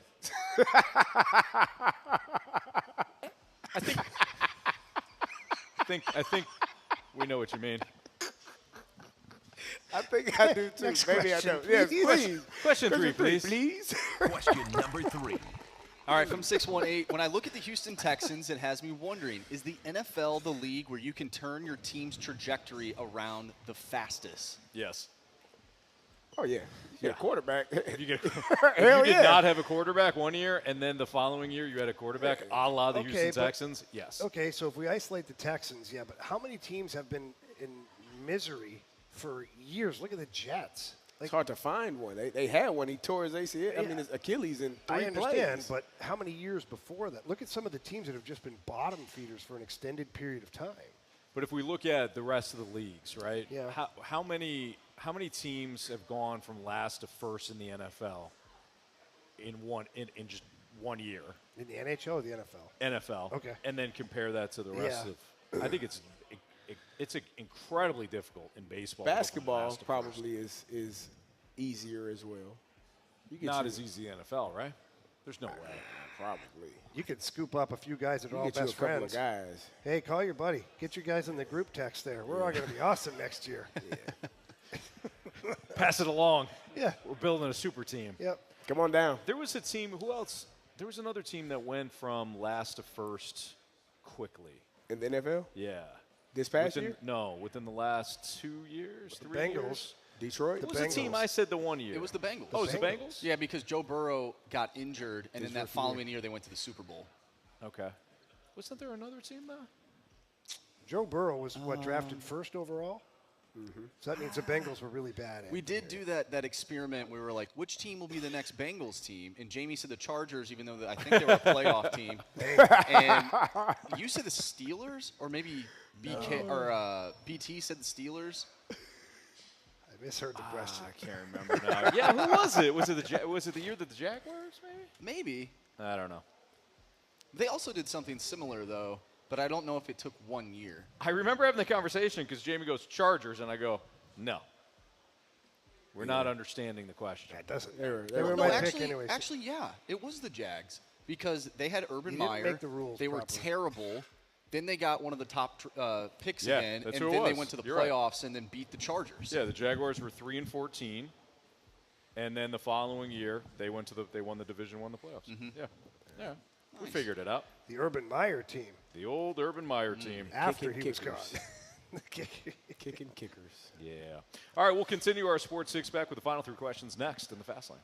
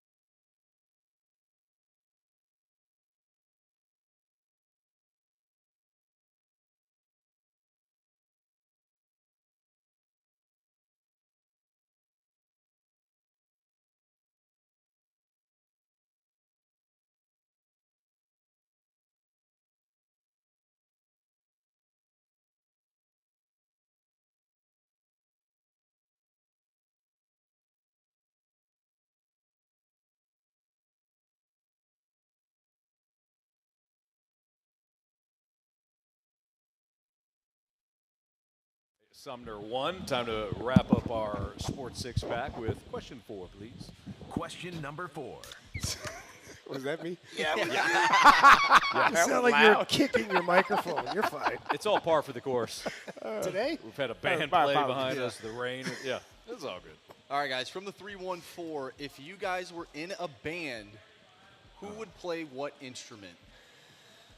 Oh, wow. Like Jamie's the lead singer. I'm the lead singer? Oh, Yeah, no James, question. James the lead singer. All right. Actually, wait, no, Marsh is the lead singer.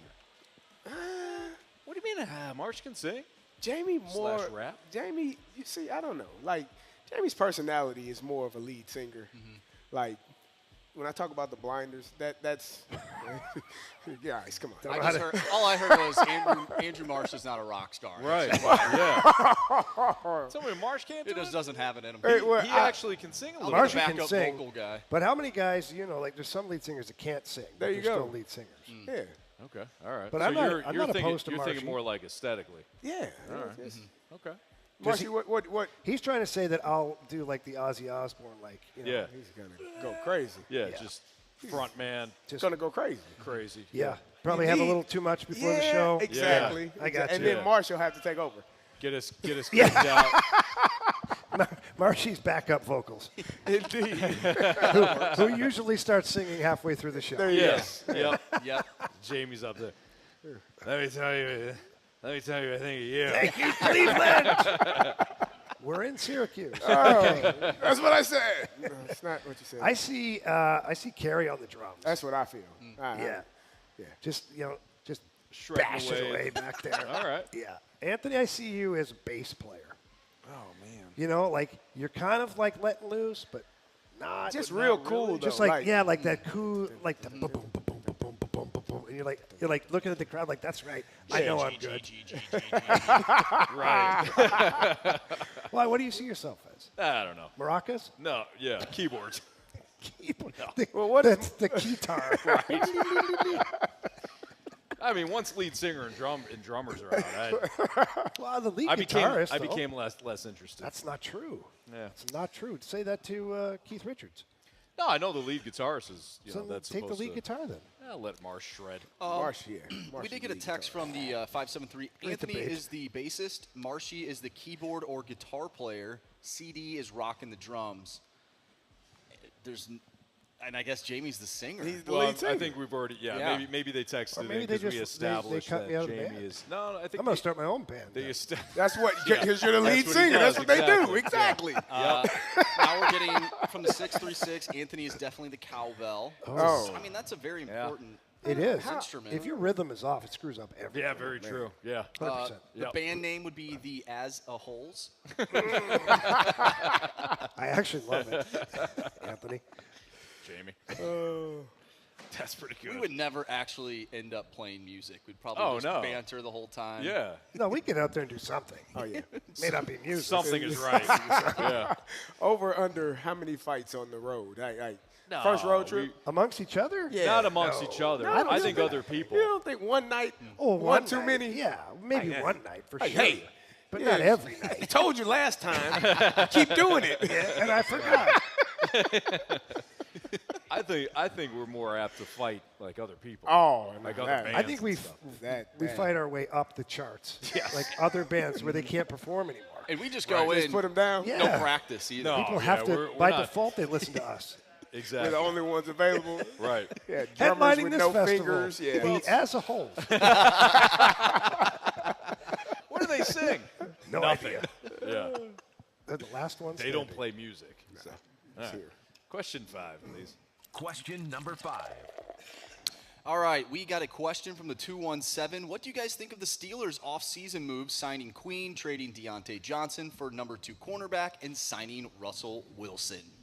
Well, clearly, I said it yesterday, at 12-5, AFC North champs. I think that they have done enough. 12-5. Really 13-4, but I'm gonna give you a loss there somehow, some way. He's not even But wearing the glasses. No, he's not. Russell Wilson, That means he believes future Hall of Fame quarterback, is coming over from Denver. Not a great setup that he had over there. Nathaniel Hackett first year. Then he gets John quarterback, Sanders. their quarterback was terrible. It was the setup that really wasn't conducive for his style of play. So now we got it. Arthur Smith, who you know very well there, Anthony. Oh, yeah, he's great. He's going to hand the ball off to Najee Harris, and Jalen Warren. Those two guys are going to run the ball really well. You got Pat Freiermuth, who's going to catch a lot of passes. George Pickens doesn't have to compete anymore for footballs with Deontay Johnson. Yeah, there's nobody else. No, nobody else. That's the mindset. That won't though. be hard to cover. No. You don't worry about it. Because we're going to run the ball first. There's going to be so many people in the box when you do decide to throw to George. It's going to be wide open. So, yeah, I think the Pittsburgh Steelers, and haven't even talked about the defense yet, right? The defense. That's what we hang our hat on in Pittsburgh. Defense. Minka Fitzpatrick, T.J. Watt, we're going to be, and he just said it, Patrick Queen.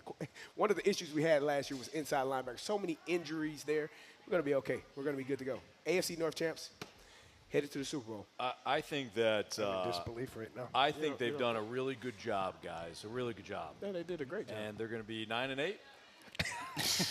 They're going to finish with the last wild card spot. Yeah. You hush your mouth. And probably get bounced in the first. Another winning season. That's are. right. You get the disrespect. Carey, I think you're kind of like you're disrespecting us for our take. And I think it's a solid take. 9-8 just sounds just like you're barely making it. But it's a winning record. That's not what we're here But for. you are making it. What'd you say? For That's weeks for the now, Cardinals. just get in. That's the Cardinals. Oh, Cardinals. Well, the Cardinals. I mean, just get in. Just get in. You just never know, Gary. you just never know. Anything is possible. That's right. By the way, we got a text, a message from the Snake Pit from Guardian X. Stalter would fumble the instruments, so he's going to have to be the singer. There you go. Stalter on the fumble. Stalter on the fumble. Number 34, Stalter on the fumble. I know I fumbled. You don't need to announce it. Just going to stay out here and not go see the coach. Why is he on the field? He won't leave the field. Where are we? We're on defense again. Yeah, we're on defense Give him again. the ball Hey, back. guys, we're on defense again. I go to the sidelines, that man's going to rip my about that. face off. He wanted more reps. I did. Yeah. Question 6, please. Question number 6. All right, Jamie's going to love this one. From the 618, why won't anyone sign Trevor Bauer? If he's been cleared of the charges, why is he blacklisted? I mean, if he's bad or a clubhouse cancer, then cut him. He's offered to play for league minimum. That's from the 618. Okay, so there are a few things. One, Trevor Bauer had a video out today. Apparently he pitched against the Dodgers in a backfield game. Okay. He was signed on by some team to come in and pitch against the Dodgers, like prospects. All right. Apparently it went really well. But there are some things that are lingering out there for Trevor Bauer right now. He did resolve the first issue to where he countersued to the person who accused him of things. But now apparently there's something else out there that nobody's really talking about, that after doing some digging, I found out that it's still a possibility that something can surface from another situation.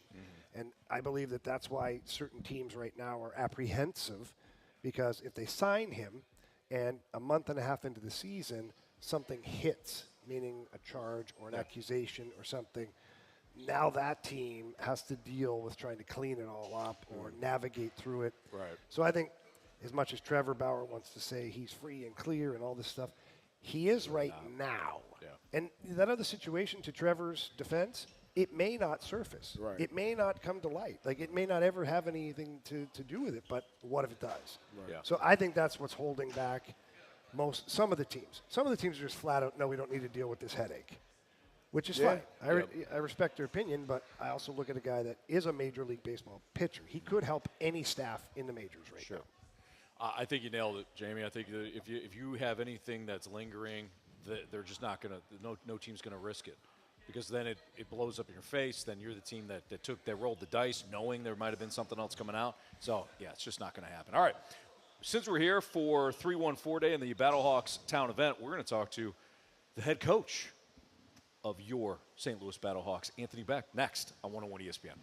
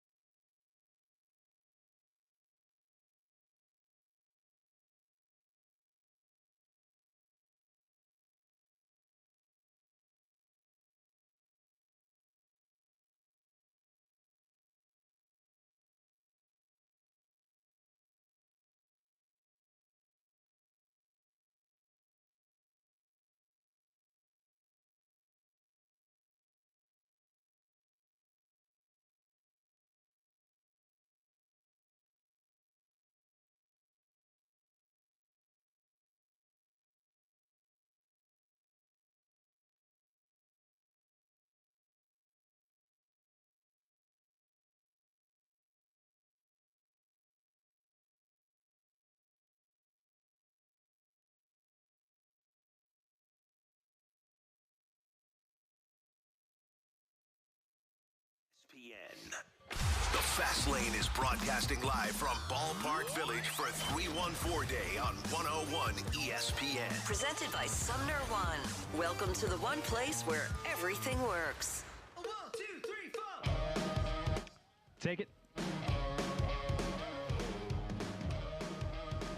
It's Fastlane on 101 ESPN live from Ballpark Village for the Battlehawks Town Hall event. It's all brought to you by Sumner One with Carey Davis, Jamie Rivers, I'm Anthony Stalter, and we are fired up because we're joined right now by the Battlehawks head coach, Anthony Becht, who's with us live right now. Coach, how you doing?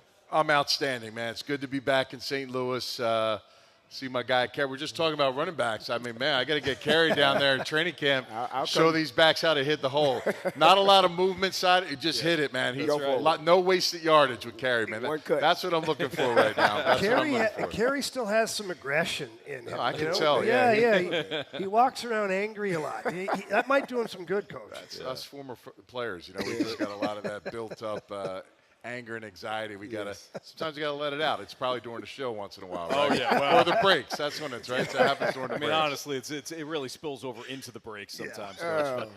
So Carey was mentioned. He's like, that's my guy. We play together at Tampa Bay. Do you remember a young Carey Davis? Yeah, no doubt, man. I be honest with you, I just work ethic, guy that knew what to do, did it right, and accountable. I'm looking for 50 of those guys right now. It's interesting how the generation of player has changed. A guy that understood his role, understood what it took to do it at a high level and was coachable and learned from his older, the All-Star, the Pittmans, all these guys that have done it. My staff and some other staffs, but, we do have a lot of former players that played at a very high level in the league, but they know how to communicate and coach. Sometimes these really good players, they get into coaching, and it's not all of them, but they expect the guys to do it the way they did it. And the guy's in the Hall of Fame or he's an All-Pro. It's not possible. Yeah. So it's nice when, these guys understand the levels of what they're teaching and can communicate that.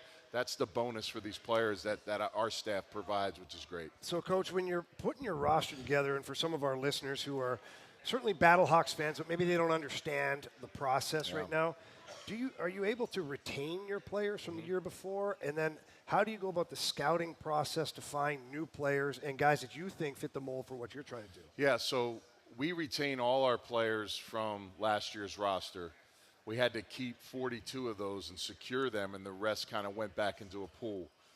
Dave Bowler is our GM. We've worked together since we were when he was the GM in the AAF when I worked with the San Diego Fleet under Mike Martz. And me and him work really hand in hand. I do a lot. I don't know, a lot of other coaches maybe I get heavily involved in the scouting process. I love evaluating, looking, watching, and we'll have our stack sheet, running backs, O-line. O-line will have 150 guys, and we'll just start banging it out, man, and look at them. Just try to find those qualities that we're looking for our players to have. Sometimes you hit gold. Sometimes, hey, it's not exactly what you wanted. I think last year it just speaks volumes. We had 16 guys on our roster go to NFL training camps, and that's pretty sweet, to let those guys get that chance, first chance, second chance, whatever it may be. So that's the expectation level, and we have a good process. We work really well together, and I think that's key in any professional sports. Head coach, GM, being on the same page, being able to see guys understand, and honestly, give or take. Like, you know what? You're good. Let's get the guy, and vice versa for me. You know what? I trust you on this one. Let's go with it. Coach, you all are obviously merging with the USFL, XFL merging. What has that transition been like? Has it been tough, and has it been different than the off seasons in the past? What it has provided is, you're talking about 8 teams that were eliminated between the 2 leagues. So there's a lot of quality players that were out there that you could really help your roster build. All of us, not just us. So evaluating that talent. And then, when we picked our 75 guys for training camp, we really felt like we had 75 players that could start in our league. And that's, last year was a little different because we went from showcases and pulled different guys all over the place. But to have players that, every day the competition's really high. So it was really tough to make that cut down from 75 to 58. And now we'll have these 58 players for another week or so, week and a half. And then we got to knock that down to 50. So, again, it's a challenge, but it does amp up a lot of the competition with our core guys, because we do have a lot of core guys back. Offensive line, all back. Quarterback, back. Top receivers are back, and we added and sprinkled in some other pieces. So having continuity, is as important part of, having success, and continue to do that year in and year out. One thing, watching you as former teammate and now head coach, I saw you post the other day about the transition of having to let some of those guys go, how hard that is. One of the things I think I appreciate most, and I think your team, your players do, is you do care, and you 100%. Want these guys to succeed either in the XFL, or if they're fortunate enough to make it to the NFL, then you want that to happen for them as well. How do you talk to them about that process of, you didn't make this team, or you're doing a great job, hopefully we can get you a look at the NFL? Yeah, well, I was a former first-round pick, but I also have gotten fired, cut, and I was pissed, mad at the coach, upset, I had all kinds of emotions in those cuts. I had guys crying, this is their livelihood, man. Like, I get it. Like, I sincerely want to help each and every one of them. Last year, we were able to trade or get 4 or 5 of our players that we cut on other rosters, and they're still there playing. Right. Some guys are still mad as if I cut them and didn't help them, but we did help them, Right. So that's never going to change. No, I know. That's all right. I can't please them all, and I said that. And the reason why I put that tweet out there is, I want the fans to understand kind of that emotion, but also I know my guys are going to look at social media, and I want them to see that, because they need to know how I really feel about it. And it's not just getting them in the NFL, Carey. Right. It's helping them, hey, find a job. What's the profession they want to get in? Like, it's a full circle thing for me. Yeah. Being with the legend and community and the trust in the NFL, we helped guys transition. Correct. And that's still part of my DNA. So I'm constantly, I've helped guys, they're moving on from football just in 1 year and moving into other things after their career. So whatever I can do to help them, as long as I'm in this thing, that's what we're here for. So that's, it's the great part about coaching is, you can go in and just be football, or, it's like, hey, man, like, when I'm talking to you as a coach, like, are you really listening, and is the conversation real, or is it just like you're looking at me and you're just like, I listen to the guys and I want to help them, and if I can't help them on the field be successful, then I'm going to do whatever I can to help them with the resources I've had over my 20 plus years in professional football, broadcasting, the league, whatever that may be, and I have a lot of those relationships, and I'm going to use them to help guys that deserve it. That's great. We're talking to Battlehawks head coach Anthony Becht here in the Fast Lane on 101 ESPN. Coach, what was one thing from a year ago? Because this is a transition. Like last year, you have to get familiar with your own team. What your philosophy might be. X's and O's. What type of offense do I want to run? What type of defense do I run? And then you get familiar with the rest of the league. What was one thing that you didn't expect a year ago that you're maybe more prepared for this year? Man, I really came in this thing thinking of every possible thing that was on my plate, and a lot of it's non-football stuff, I think the biggest thing football-wise is I wanted to make sure initially with my coordinators that I had guys that were going to implement an offense and a defense that when guys go to the league, it translates, verbiage is clean. Like, we run, the Rams, the Packers, the Bengals, the Jets, previous offense. That's the system we're running. So guys are going to be able to go to these spots. Coaches are going to recognize what we're doing. They're going to say, hey, man, and then they go, and it's like, man, the verbiage is good, the same. I know this, the running game's good, and that helps the other way when guys maybe are on the cusp of maybe continuing to stay in the league, or they're on that, like, hey, man, come back with us. You can, or guys that are signing futures deals, like, don't sign the futures deals. Come with us, play in our system. The top offenses in the league are running what we run. Right. Now you can give yourself an opportunity to shine. You got to do your part and then do it. So I think that was the biggest thing. As far as just overall, I think it's continuing to just manage the game. It's a little different in our league compared to the NFL as a head coach. You got a challenge flag that you can use for anything. So, when do you use that? Early, you save it at the end, and then you're always like, oh man, I should have used it in the second quarter, or this big call. So those decisions are tough. And then when you have an extra point that's worth 1, 2, and 3 points, really thinking ahead, like, okay, if we get this and go for 2, what would I be thinking on their side if they scored, and how would they go about it? So again, that's the good part about not being a play caller. I like that because I see we watch coaches blow games all the time. And I'm probably going to do it at some point, but I'm like desperate. I have anxiety about it. Like, I'm thinking about a couple touchdowns later, a couple field goals later, is because I want to make sure that the players win and lose the games, and it's not on my shoulders to blow something because I made some silly call or silly decision. So that's a growing thing that I'm trying to get better and be better at it every single week. The anxiety is real. Yeah, and play clock's quicker, and Yeah. there's a lot going on. But I mean, I love it though. I love all aspects of it. It's been great. It's a great fan base to be a coach. I mean, I was just so fired up when they told me I was going to be. I just figured I'd be Orlando's coach from living in Florida. But then we have the hub, and they're like, you know what, we're going to give you the shot in St. Louis. I was like, man, that's unbelievable, man. And then the fan base has just been incredible, and it's going to be better. It's going to be better this year. I really believe it. Prime time, ABC, Nation. The Nation will be watching our game, the first home game. Like, that's pretty sick, right? Awesome. If you're a St. Louis fan, like, you want to be there, right? You got to get to that game because the atmosphere is going to be awesome, and you're going to DVR it or whatever they call it when you get home to see if you made television. That's right, the Battle Dome.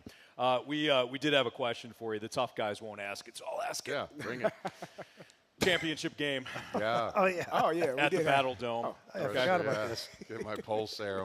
So when the Battlehawks make it to the championship, we're wondering, since we got the connection and since we're on live radio. Since we're all friends here. If we can get sideline passes or maybe even call a play or two. I don't want to push it. Anthony, No. We're going to give you the Bruce in the Arians. championship game. You want to call a play in the championship game? Like, how about game 3? Just come on and give me a couple ideas, and we'll match it up. I don't know The championship game's kind of like everything's on the line. He had to push it. Hey, Okay, sorry. We'll take that and the sideline pass. Yeah. And then I will Sideline call it pass a game. is easy. I'd get you in the locker room if you want that. Yep, We there could we go. get that. Like a plan. Coach, It's on record now. there we go. We got that. Awesome, No. guys. Coach, we're fired up for the season. We are, and as you mentioned before, these fans can't wait to get in here, and this event is going to be fantastic Awesome. tonight. So Thank you. Enjoy it, and we appreciate you being on Appreciate with you us. guys. No, thank you for your support. Absolutely. That's Thanks, Coach Coach. Anthony Bacht of the St. Louis Battlehawks, and that was, I mean, if you weren't a Battlehawk, supporter before, and I know most of you are, you're fired up now because when you hear board. Coach talk, it's like I'm ready. Absolutely. I'm ready to play for him right now. So that's fantastic. More. Oh, we got Moose Johnston next, I believe. We got Daryl Moose Johnson coming up next on 101 ESPN.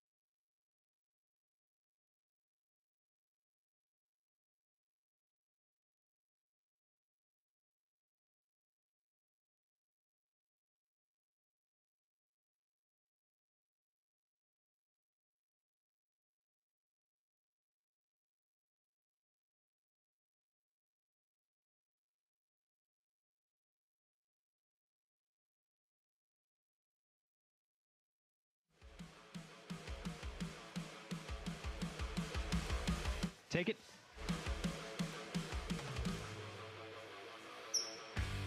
It's a Fast Lane on 101 ESPN with Super Bowl champion Carey Davis. I'm Anthony Stalter, and I'm fired up. Carey, I know you and I are similar age range, and I just turned to our next guest, and I said, Moose, a lot of people our age are Dallas Cowboys fans because of you and the team that you play for. Daryl Moose Johnson joining us right now live from Ballpark Village. It's an absolute pleasure, Moose. Thank you. Isn't it odd how that happens? My son grew up in the Peyton Manning era, so he's a Colts fan. There you go. I grew up in the undefeated Miami Dolphin era, so I was a Dolphins fan. So I mean, just watching those teams play, I just don't think that's ever going to be replicated. I don't want to take away from any other teams that have built dynasties like the Chiefs right now, but the '90s Cowboys, that dynasty that you guys built, and Jimmy Johnson, of course, was just remarkable. Yeah.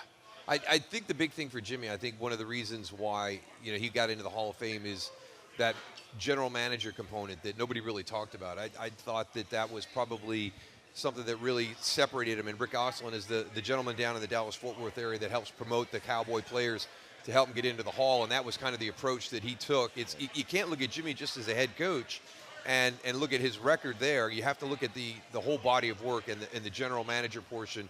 Building that roster was a key part of that. The Herschel Walker trade was historic.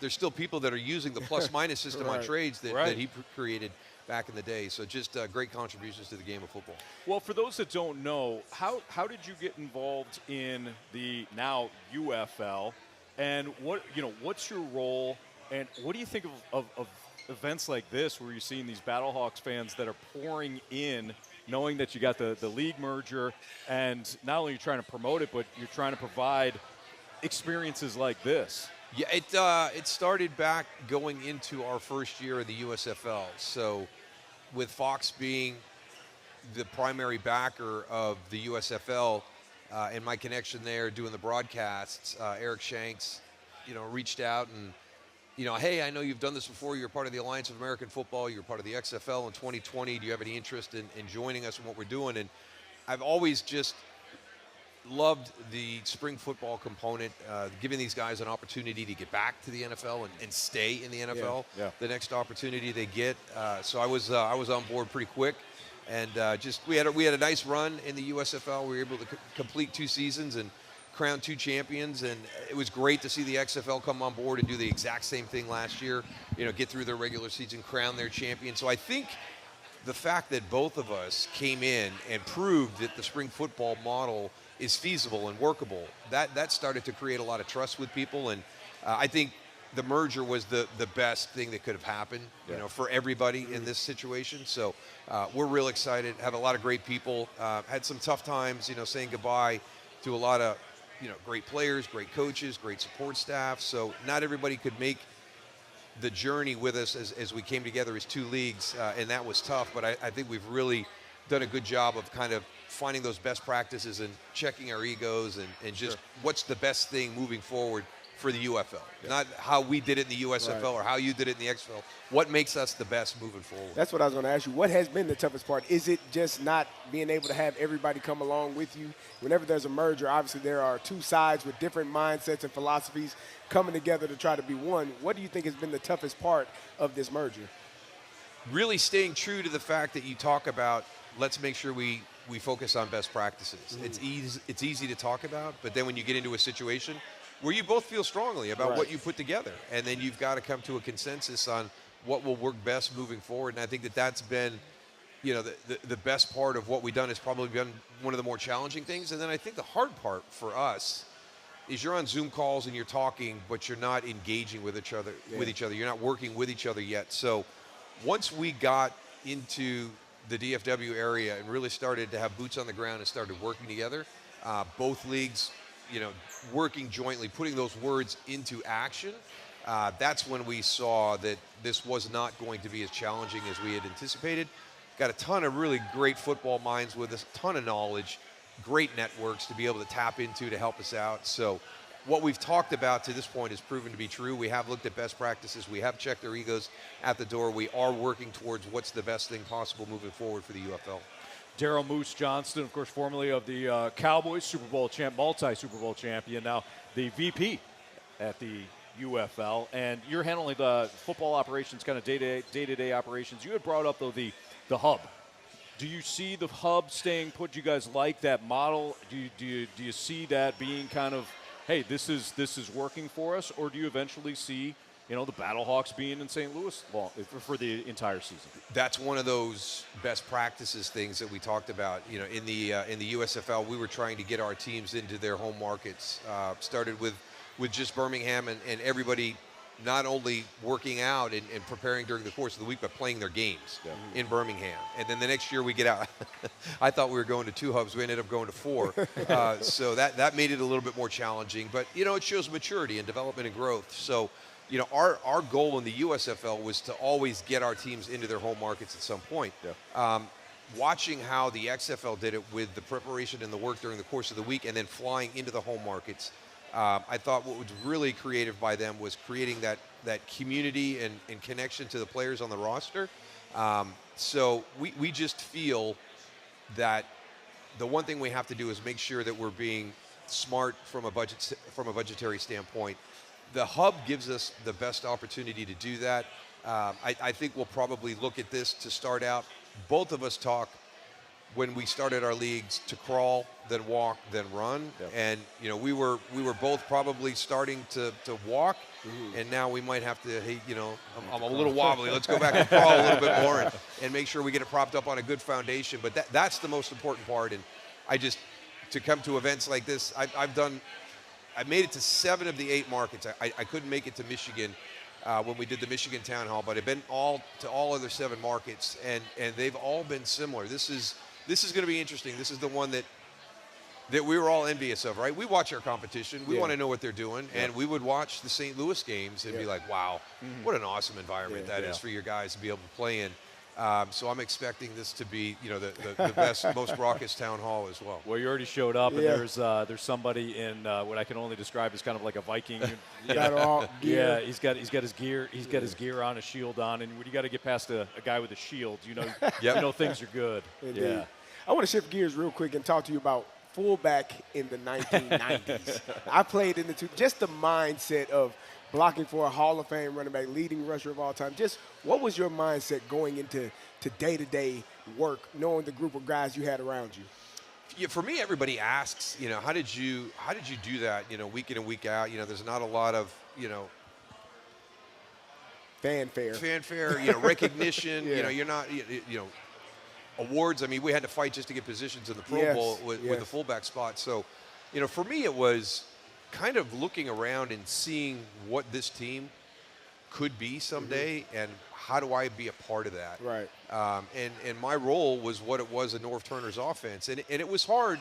The first 2 years we had Dave Shula as our offensive coordinator, and that was a tougher fit for me.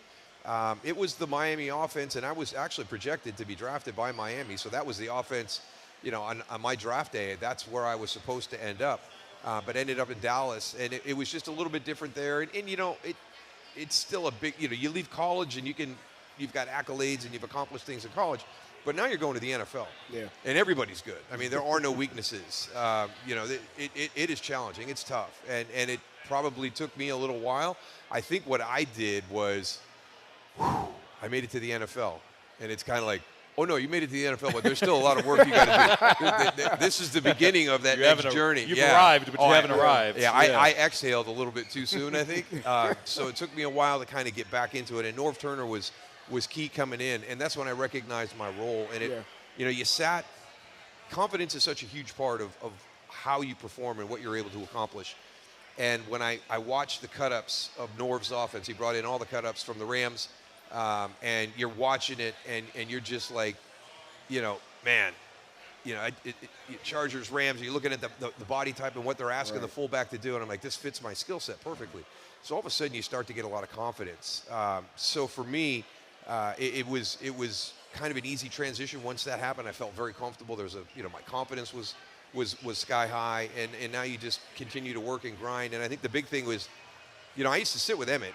I would ask the guys in production meetings if we had a running back, I'd be like, hey, where's your fullback sit? Yeah. Does he sit next to you? Does he ask you questions? Right. Does he want to know what you saw on that one? And I learned a ton of information from Emmett during those conversations. Just being 2 yards ahead of him in an Right. eye, Right. he's seeing things completely different than I am. Wow. It's a fraction of Yeah. a second when we're going through, Yep. but maybe that 3 technique is not covered up anymore, so Correct. he's going out the back. So I really feel like the 90s was kind of the golden age, the golden decade of the fullback.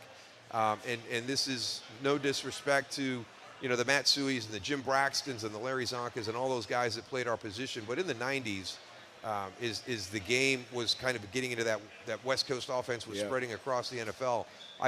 You looked at that fullback position across the league, and it was as strong as it's ever been. I mean, very, very talented. Yes, I agree. I'm sure I could speak for Carey when I say this. It was a pleasure and an honor to meet you and chat with you today. And I hope you have a great event tonight. And I know it will be because the fans are fired up. So yeah, looking forward. And again, we saw what was going on here, and just the announcement earlier today about the championship game and the excitement there. And that's the one thing that I can't wait, because we do it with our players, right? We try to create a situation where it's professional for them to prepare in and get ready for the game, and you want it to be the best that it can possibly be. The one thing we don't have control is game day, and I am so excited that our guys all get an opportunity to play in St. Louis and get that vibe, because everybody says, don't look at the numbers. It's not the numbers, it's the energy. It's the vibe inside that stadium. So very excited for our guys. Just driving around St. Louis on game day and the tailgates, and you feel the vibe, man. Yeah. It's awesome. Moose, it's an absolute pleasure. Yeah. Thank you so much. Great to Thanks for visit joining with you. us. Daryl Moose Johnston. Have fun tonight. It's going to be a good one. We either have biggest question of the day, or maybe we have another guest coming up next in the Fast Lane on 101 ESPN.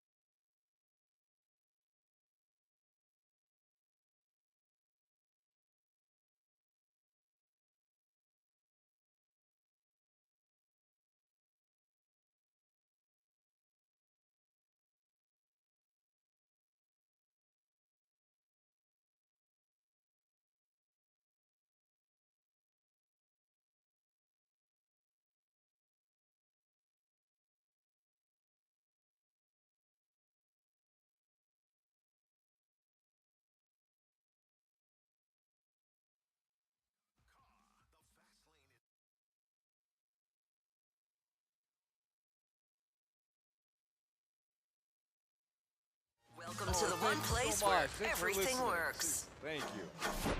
It's time for the Fast Lane's biggest question of the day.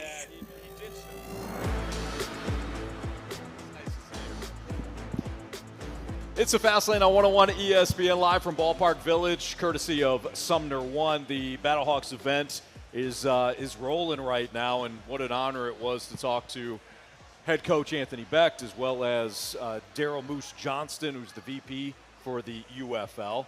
And that kind of leads us into our biggest question of the day, Marsh. Yeah, like what was that like for you guys to interview those two guys? Obviously, Anthony Becht, head coach of the Battlehawks, and then a guy that you watched growing up. Yes. Daryl Johnston, and Carey, obviously you played with Coach Becht, so, how was it kind of reconvening and talking? Well, I'm just fascinated by Anthony and his, transition from player to coach and how he handles his players. I think the one thing that is most exciting is, as he said, we were former players. We've been cut. We know the feeling of, having your hopes and dreams dashed at a moment's notice and not knowing what's next, and how he handles that with those young players, and how he also handles that with the players that are attempting to make it on to the next level, letting them know how much work is required and really giving them good guidance, not just football but in life. So, that for me is awesome to hear and see. And then come on, man. They're fullback in the 90s. So I was watching and respecting the game of Daryl Moose Johnston. Is just it was outstanding to see him, see his play, the neck roll, just bashing into linebackers over and over and creating holes for his running back. As a fullback, your job, it's like, it doesn't matter how old your tailback is, he's still a little brother. Yeah. It's your job to protect him, and he was the ultimate security guard for Emmitt Smith and making sure that man was able to run for as many yards as he was. I never even, Carey, you would already know this, but I never even thought about it from what he was talking about with like Emmitt Smith. Yeah. Emmitt Smith sees something different than what Moose would see just 2 yards ahead of him. It happens that it changes that quickly from when I get to a spot and now when you get to the spot, the what you saw and what I saw are two different things, can be. So, yeah. And it goes to show you too how that team was stacked, but they were stacked with football players. Like when you break it down from Emmitt Smith and Moose Johnson and Trey Aikman and Michael Irvin, Alvin Harper, Alvin Harper, Jay Novacek. I mean, they had some dudes, and that was just on offense. Forget the defense, but that was the first thing I said to him. I said to him on air, but when he sat down, I go, "Hey, I know so many people that are Cowboys fans that are my age because of that '90s dynasty, and part of it was because that dynasty was built right before the free agency period happened, but." You wouldn't be able to put that level of talent together and pay everybody in today's day and age. Yeah, not for that many years. No. It's just people end up moving on. Like, I got to get paid. I won a championship. It's been fun, guys. Right. But let me go get paid now. But that was like I said, those battles between the 49ers and the Cowboys were amazing to me. Yeah. And that was football. 90s football was like a different breed for me. It was just so exciting to watch. Coach Anthony Becht, I could see why his players want to fight for him. Yep. They run through a wall. Him talking about just wanting to help them beyond football, when he speaks like that, you could tell it's not just coach speak. He's not just saying it.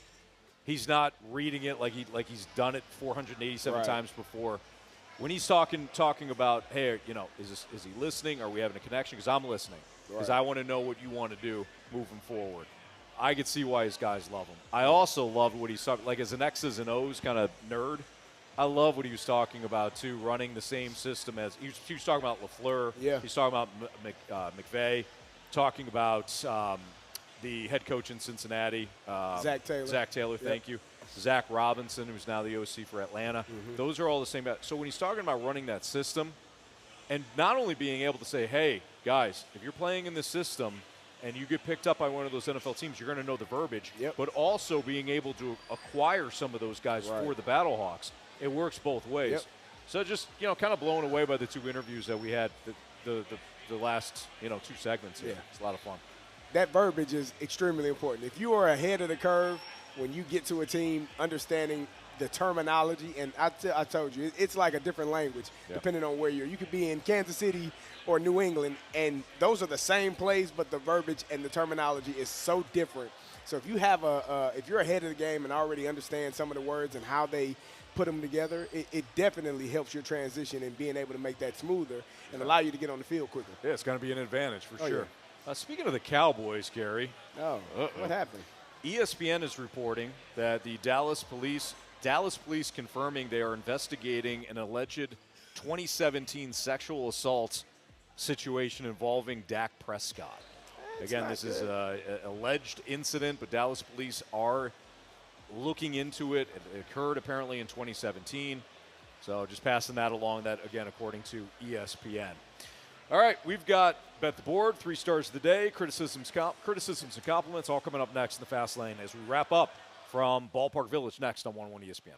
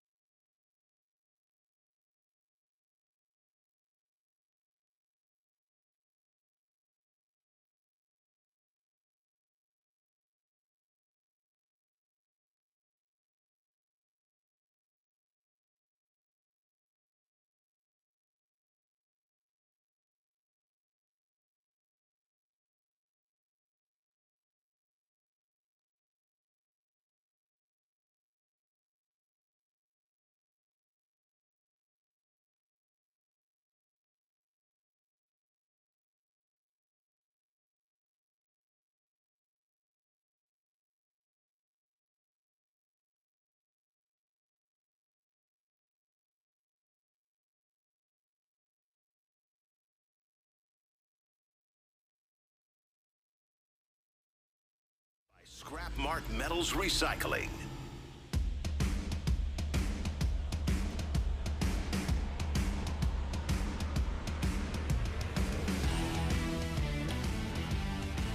One last time from Ballpark Village, it's the Fast Lane presented by Sumner One with Carey Davis and Andrew Marsh. I'm Anthony Stalter. If you missed anything from today's show, you can download the podcast available at 101ESPN.com or on your 101 ESPN mobile app. It's brought to you by Dobbs Tire and Auto Centers.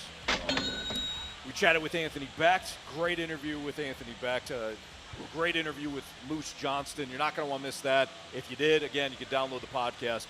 Couple of thank yous while we're out at Ballpark Village. Thank you for Bradford Bruns running things back in the studio so our guy Marshy Marsh could be on site with us. Bradford, tremendous job. Thank you, sir. And Dodie Rollman. Dodie, I've known Dodie. I looked at the board the other day. We got like these TVs up in around our station. Yeah. Yesterday was my 12th year at 101 ESPN, which I'm very grateful for. But I've known Dodie, I think, the entire 12 years. And Dodie does a tremendous job for us, and it's a thankless position, but Dodie sets up all the equipment on remotes. Yes. He sets up now the cameras. We didn't have cameras back in the day, man, but he sets up the cameras. He makes sure everything running properly, communicates with the studio. So a big thank you to Dodie Rollman for doing a job that, again, is thankless, but he does it incredibly well. So thank you, Dodie. Had a fun day. We battled through bands, practicing. Rain. Cans. Finished strong, though. Yeah, it was great. Yeah, we had a lot of fun, and I hope everybody has a lot of fun here at Ballpark Village. Brooke Grimsley is hosting the event tonight, so she'll be here live. Moon's band is playing as well, so it should be a good night. All right, without further ado, let's get to Bet the Board, gentlemen. All right, Anthony. Yes, sir. You lost yesterday. I'm on a 2-game losing streak. Mm-hmm. You're 5-4. I'm 5-4. Carey, you're 4-5, and Jamie is 3-6. I'm on my way, fellas. Marsh, go ahead. You caught up. So how about you go first tonight? I'm gonna go with the over 1.5 total goals in the first period for the Boston Bruins and Montreal Canadiens game. Okay, I like it.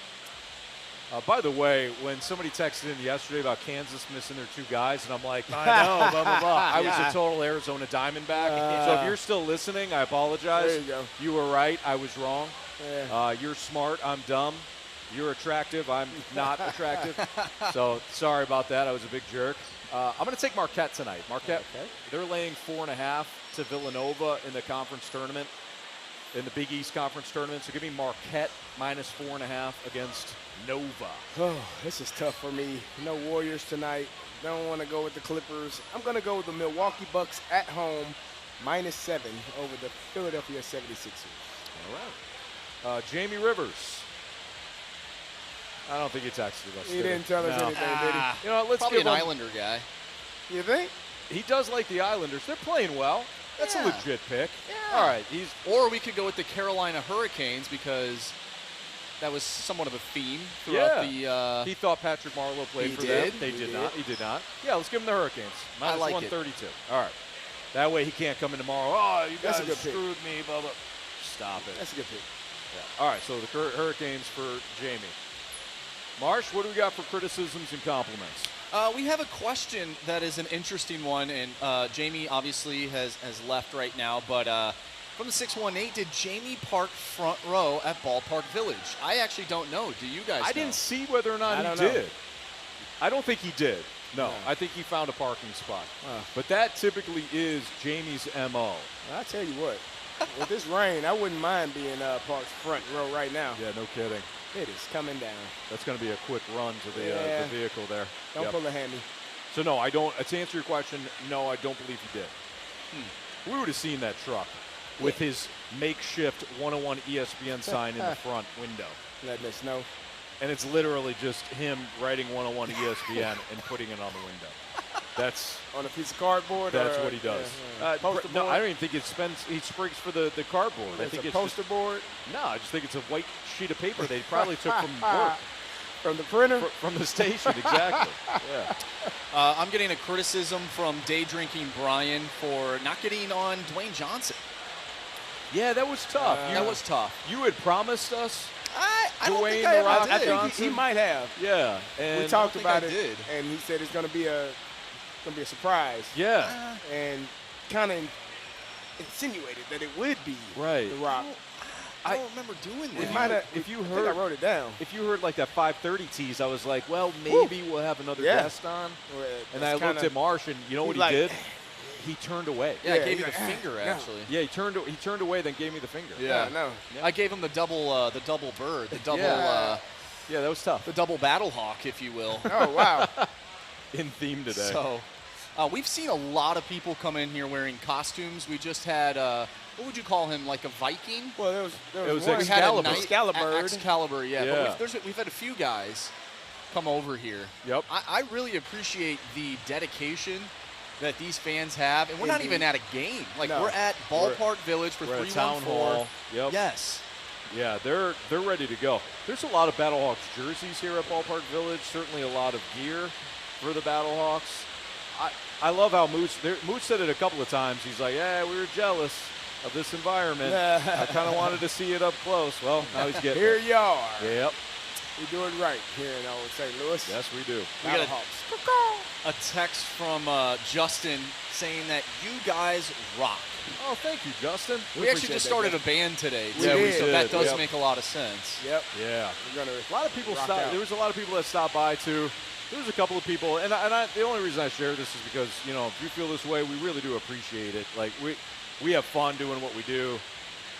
Basically, we're four idiots. But you know, people coming up and saying, you get me through the drive home or the work day or whatever. Yeah. There's several people that said that, and yeah, we appreciate you. 'cause Definitely.